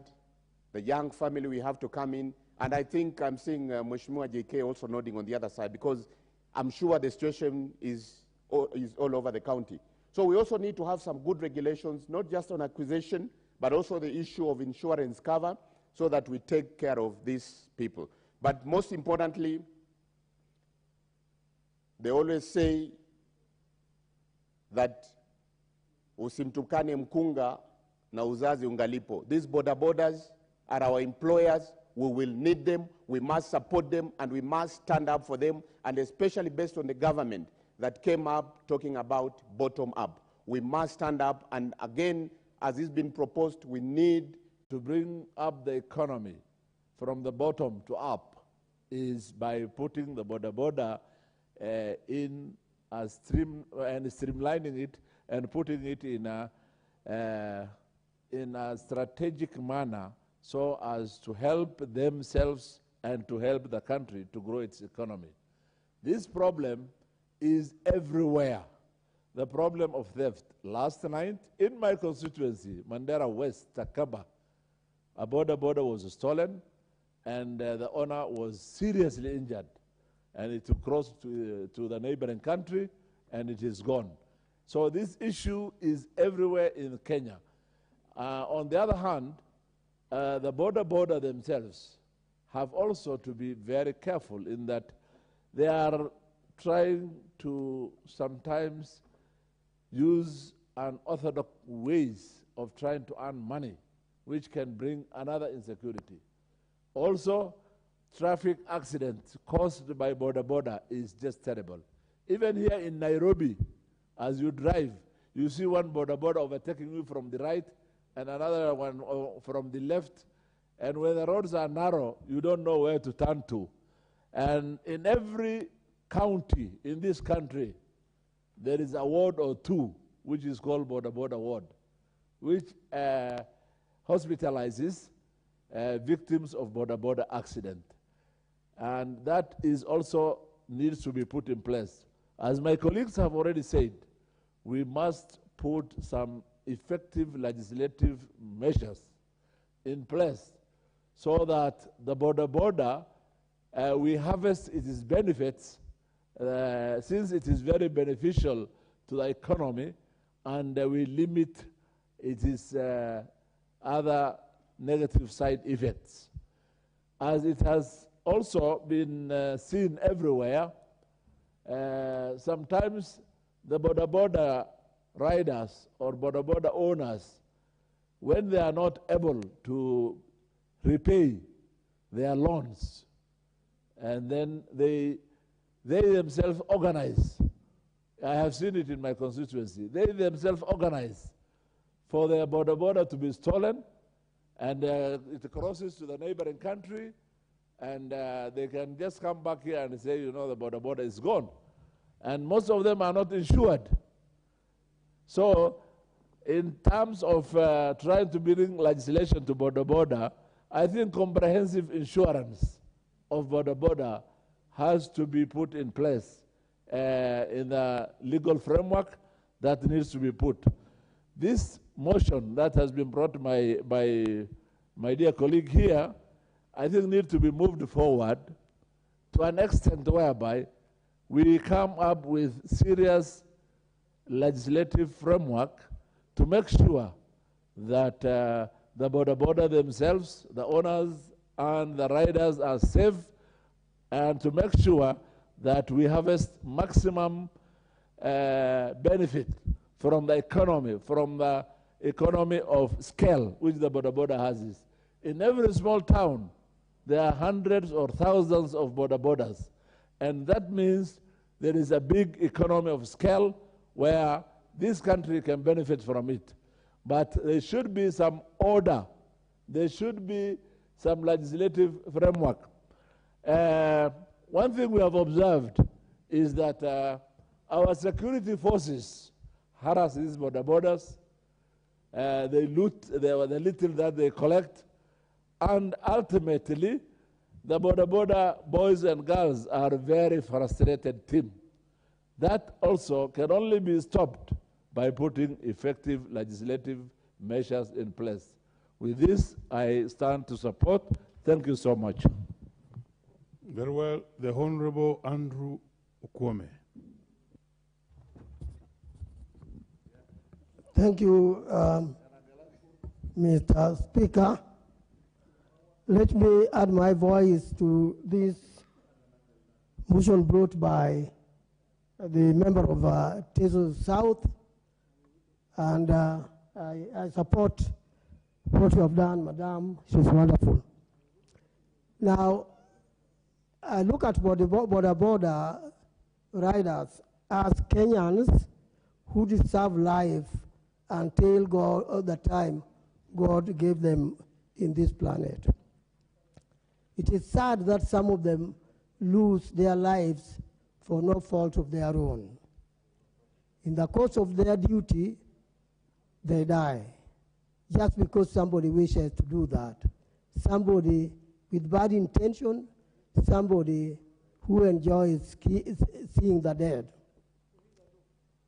Mr. Speaker, I want to say that the transport being provided by the border is very important.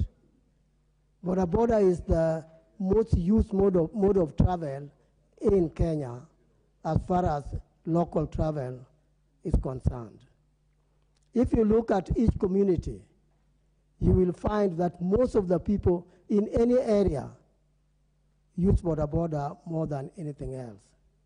A loss of life there is a loss in many things. I want to look at border also in terms of contribution to the GDP, that is the economy of this nation. Their contribution is significant, and therefore we cannot take them light. Because of this, they need protection so that their effort can give us more in order that Kenya can develop. I appeal to the government to look at border in a more serious manner. Border can also be used in quelling criminality. They can help in identifying criminals who want to use them or who have been using them to escape the scene of crimes committed. We should not just look at them for transport alone. They can be useful in many other ways. In my own area, where police could not get a criminal, the border, after we had appealed to them, managed to arrest a criminal for us. This being the case, I don't want to take border lightly. And the other very important thing for politicians, border has contributed much in their success in the election. When you are campaigning, you want border.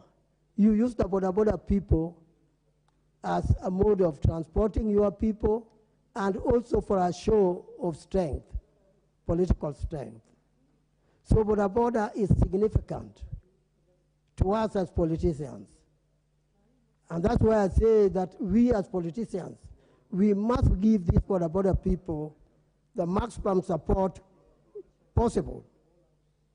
If we don't do this, suppose border disappeared today, in the year 2027, a number of the candidates, those who are here and outside, would find it very difficult to campaign.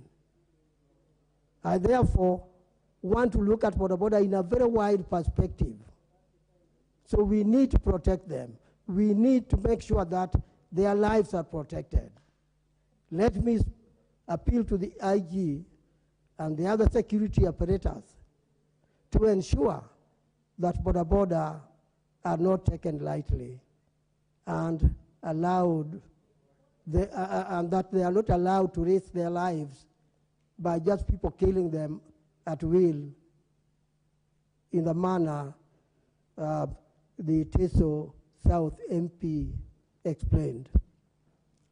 I know my time is up, but I urge all of us to join together to ensure that the security net is widened enough to cover the border people.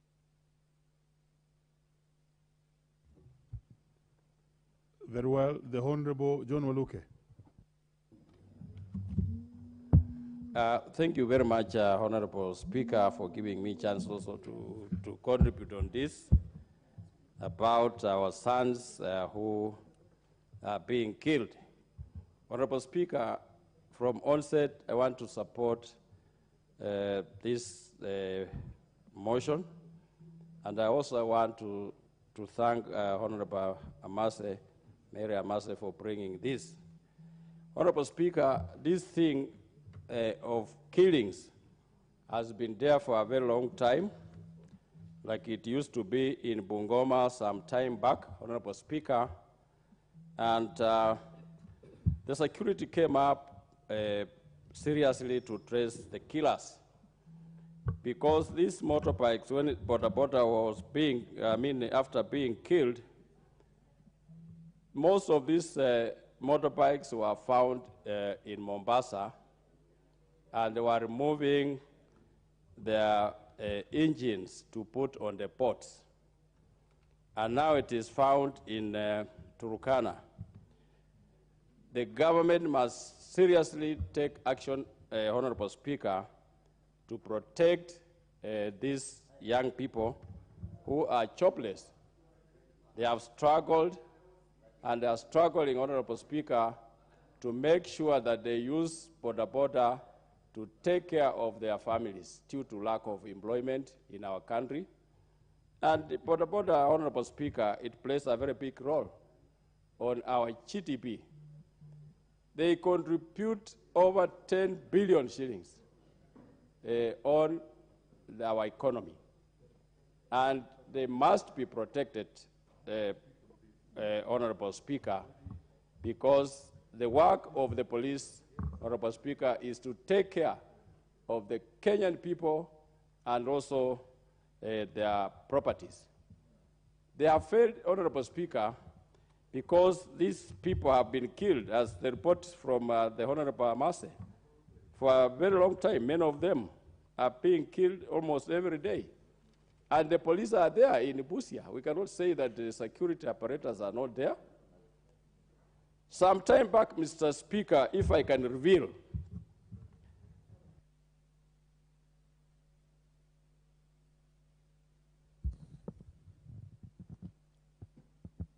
I doubt whether he has consumed all his minutes.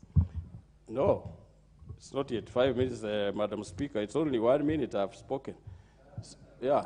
Well, it was not 1 minute. So, Madam Speaker, give me some more, how many because minutes to go? this story affects us from Western, Order, where Honorable Honorable Sirisia. Massa has come from. Honorable Waluke, member for Sirisia, you still have 3 minutes. Oh, yes, very good. Madam Speaker, one time, Honorable Madam Speaker, in my constituency, there was theft of animals, cows. Every night, people complain. And the person who was doing that was the DC by then. The DC himself, plus the chiefs. They slaughtered one time, they stolen coffee. They went to a coffee factory and stolen coffee with a lorry.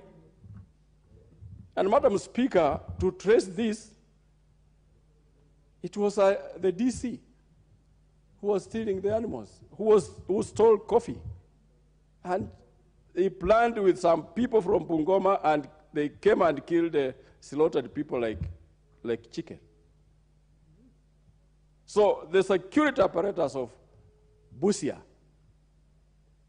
must be checked, and we are telling the Minister for Interior to make sure that they are transferred and action has been taken to protect our sons, not just to be killed that way, the way they are being killed, Honorable Speaker. We need to call a spade, and even members of parliament in this house must come out seriously, because this thing affects all of us everywhere in the country, because there are borders everywhere in this country, Madam Speaker. We need to protect these young people who are trying to survive, who are trying to create jobs for themselves. Some of them have finished even the degrees, but because they don't have employment, that is the only job that they have created for themselves to make sure that they earn a living to put food on the table for their families. So, Madam Speaker, the House must at least, like myself, I use them during election time, Madam Speaker. They are very important. When we are taking the voters, they really help. And these people, Madam Speaker, they can pass, they can make you pass where the vehicle cannot be able to pass. These border are very important to us as a nation.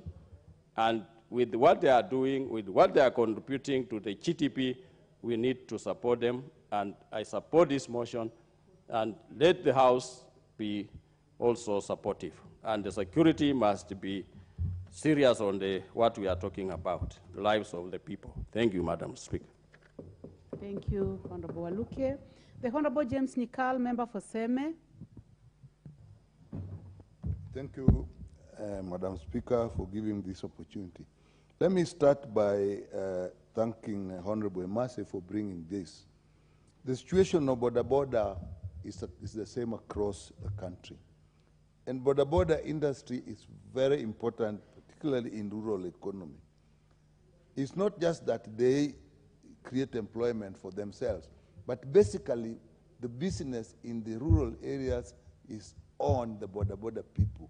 They mobilize farm produce, they move farm produce, they move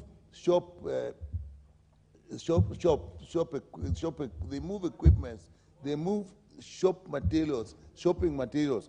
Basically, anything that is happening in the rural areas is actually by the border. They are basically Honorable KJ. You are doing a very good job. But I would like you to give the Honorable Nikal time to think so that he can make his contribution. Okay. Basically, they are actually the wheels of our rural economy. So their safety, Madam Speaker, must be guaranteed. We must support them in all ways. They are actually not only neglected in terms of security, but even in terms of health, in terms of insurance, even in the transport industry itself, whereas the police may think that by going lenient on border people, they are actually supporting them. In fact, they are a great danger to their health. These people suffer great health problems through the industries. You go to, the member said, they actually are wards in every hospital for border people, and they have no insurance. Many of them do not have insurance. We have not organized them in cooperatives so that they can actually get cheaper loans. That is what we really need to do for them. Now, in terms of organized industry, we cannot tolerate in terms of organized crime, we cannot tolerate organized crime in any sector, least of all in the border sector. Insecurity in the border industry in our rural setting is insecurity in the whole area. What if they decide to take the law into their own arms and organize themselves, which they can do? Sometimes they are even accused of that. So we must make sure that the border industry is actually protected. The fact that so many of them have been killed, and not only in Busia, but in other places, and that no investigation is done, nobody is taken to court, or if they are taken to court, nothing happens. Basically, in my mind, what that means that there is failure to investigate properly. And sometimes I suspect that there may actually be collusion. How can it happen, what Honorable Mase is describing, in an area where there's a complete security system, starting from the commissioners, the deputy commissioners, the chiefs, the assistant chiefs, the clan elders, the district criminal investigation officers, the NIS. In that setting, how is it possible that this thing will happen and nobody can really put a finger on it? It just reminds you of the issue like Shakahola. So, Madam Speaker, I think the security system must come up not only in Busia, but across the country to protect the border people, to protect all the people that are in this industry. And more importantly, I think we must start looking at organizing the border people in cooperatives, register them cooperatives as was tried, so that if the border people saved just 50 shillings a day, each one of them, the amount of money they'll be raised will be so huge, they will not need to go to these expensive loans. The Shylocks would not get to them. Therefore, Madam Speaker, let's support them, and I support this. And Honorable Mase, I think we need to take this further and look at the whole area of supporting the border industry. Thank you, Madam Speaker. Thank you very much, Honorable Dr. Nyikal. Now it is the opportunity, the Honorable John Waweru, member for Dagoretti South.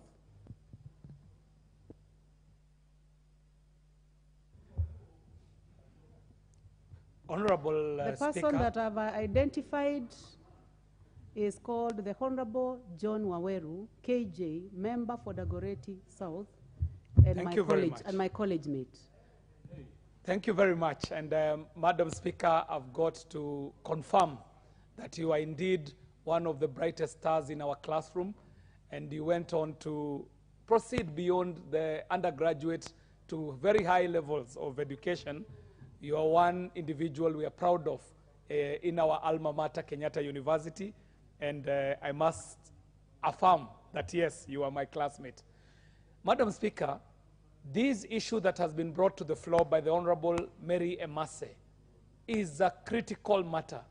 It cannot be taken lightly. Madam Speaker, what is happening in Busia is only a microcosm of what is happening around the country.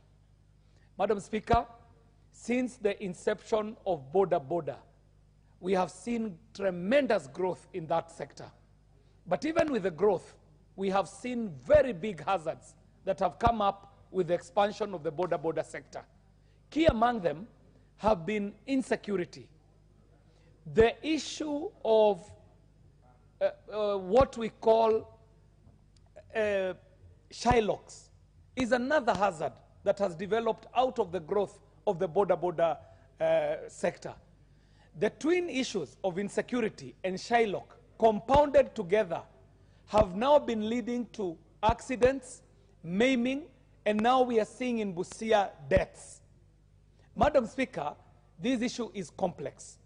Even as we debate it here as a motion, the Honorable Mary Emase must find out a way of escalating it into either a petition or a request for statement where this matter must be attended to from the committee and escalated all the way up to the Commissioner of Police and the CS of Interior. Madam Speaker, the loss of one life is one life too many. Here we are not talking of one life. We are talking of life upon life being taken because a border rider has either fallen prey to a Shylock or a criminal or both. Madam Speaker, as we look at the space of the border, it cannot be overstated the use of the border in this economy. The border is offering transport. The border is offering logistics solutions. The border is even organizing for community policing, Madam Speaker. This border, if we were able to attend to the matter that Honorable Mary Emase is bringing here, we might take it to be, we might even be able to derive a silver lining out of the tragedies that we are seeing. How would we do that, Madam Speaker? Is by addressing this issue as a policy issue that needs to be seen nationally. Today, in the urban cities, we are trying to manage our border sectors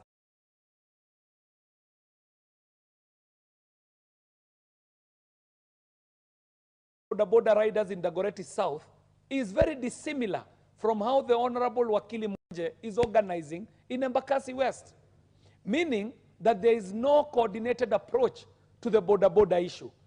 Madam Speaker, we have millions upon millions of young people in this industry.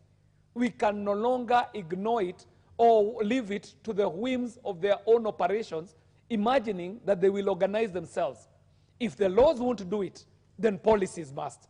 Madam Speaker, I would like to finally mourn with the Honorable Mary Emase, congratulate her for bringing this matter and stopping the business of the House for us to debate this very critical issue. But most importantly, Honorable Mary Emase, you must escalate this beyond a 0-hour debate, beyond a motion, so that it is attended to in the right place, either by the committee or even escalated higher to the Commissioner of Police and the Interior Ministry, so that we can have a holistic approach to how we police this sector of the border sector. Thank you very much, Madam Speaker. Thank you very much, Honorable KJ. The Honorable Betty Maina.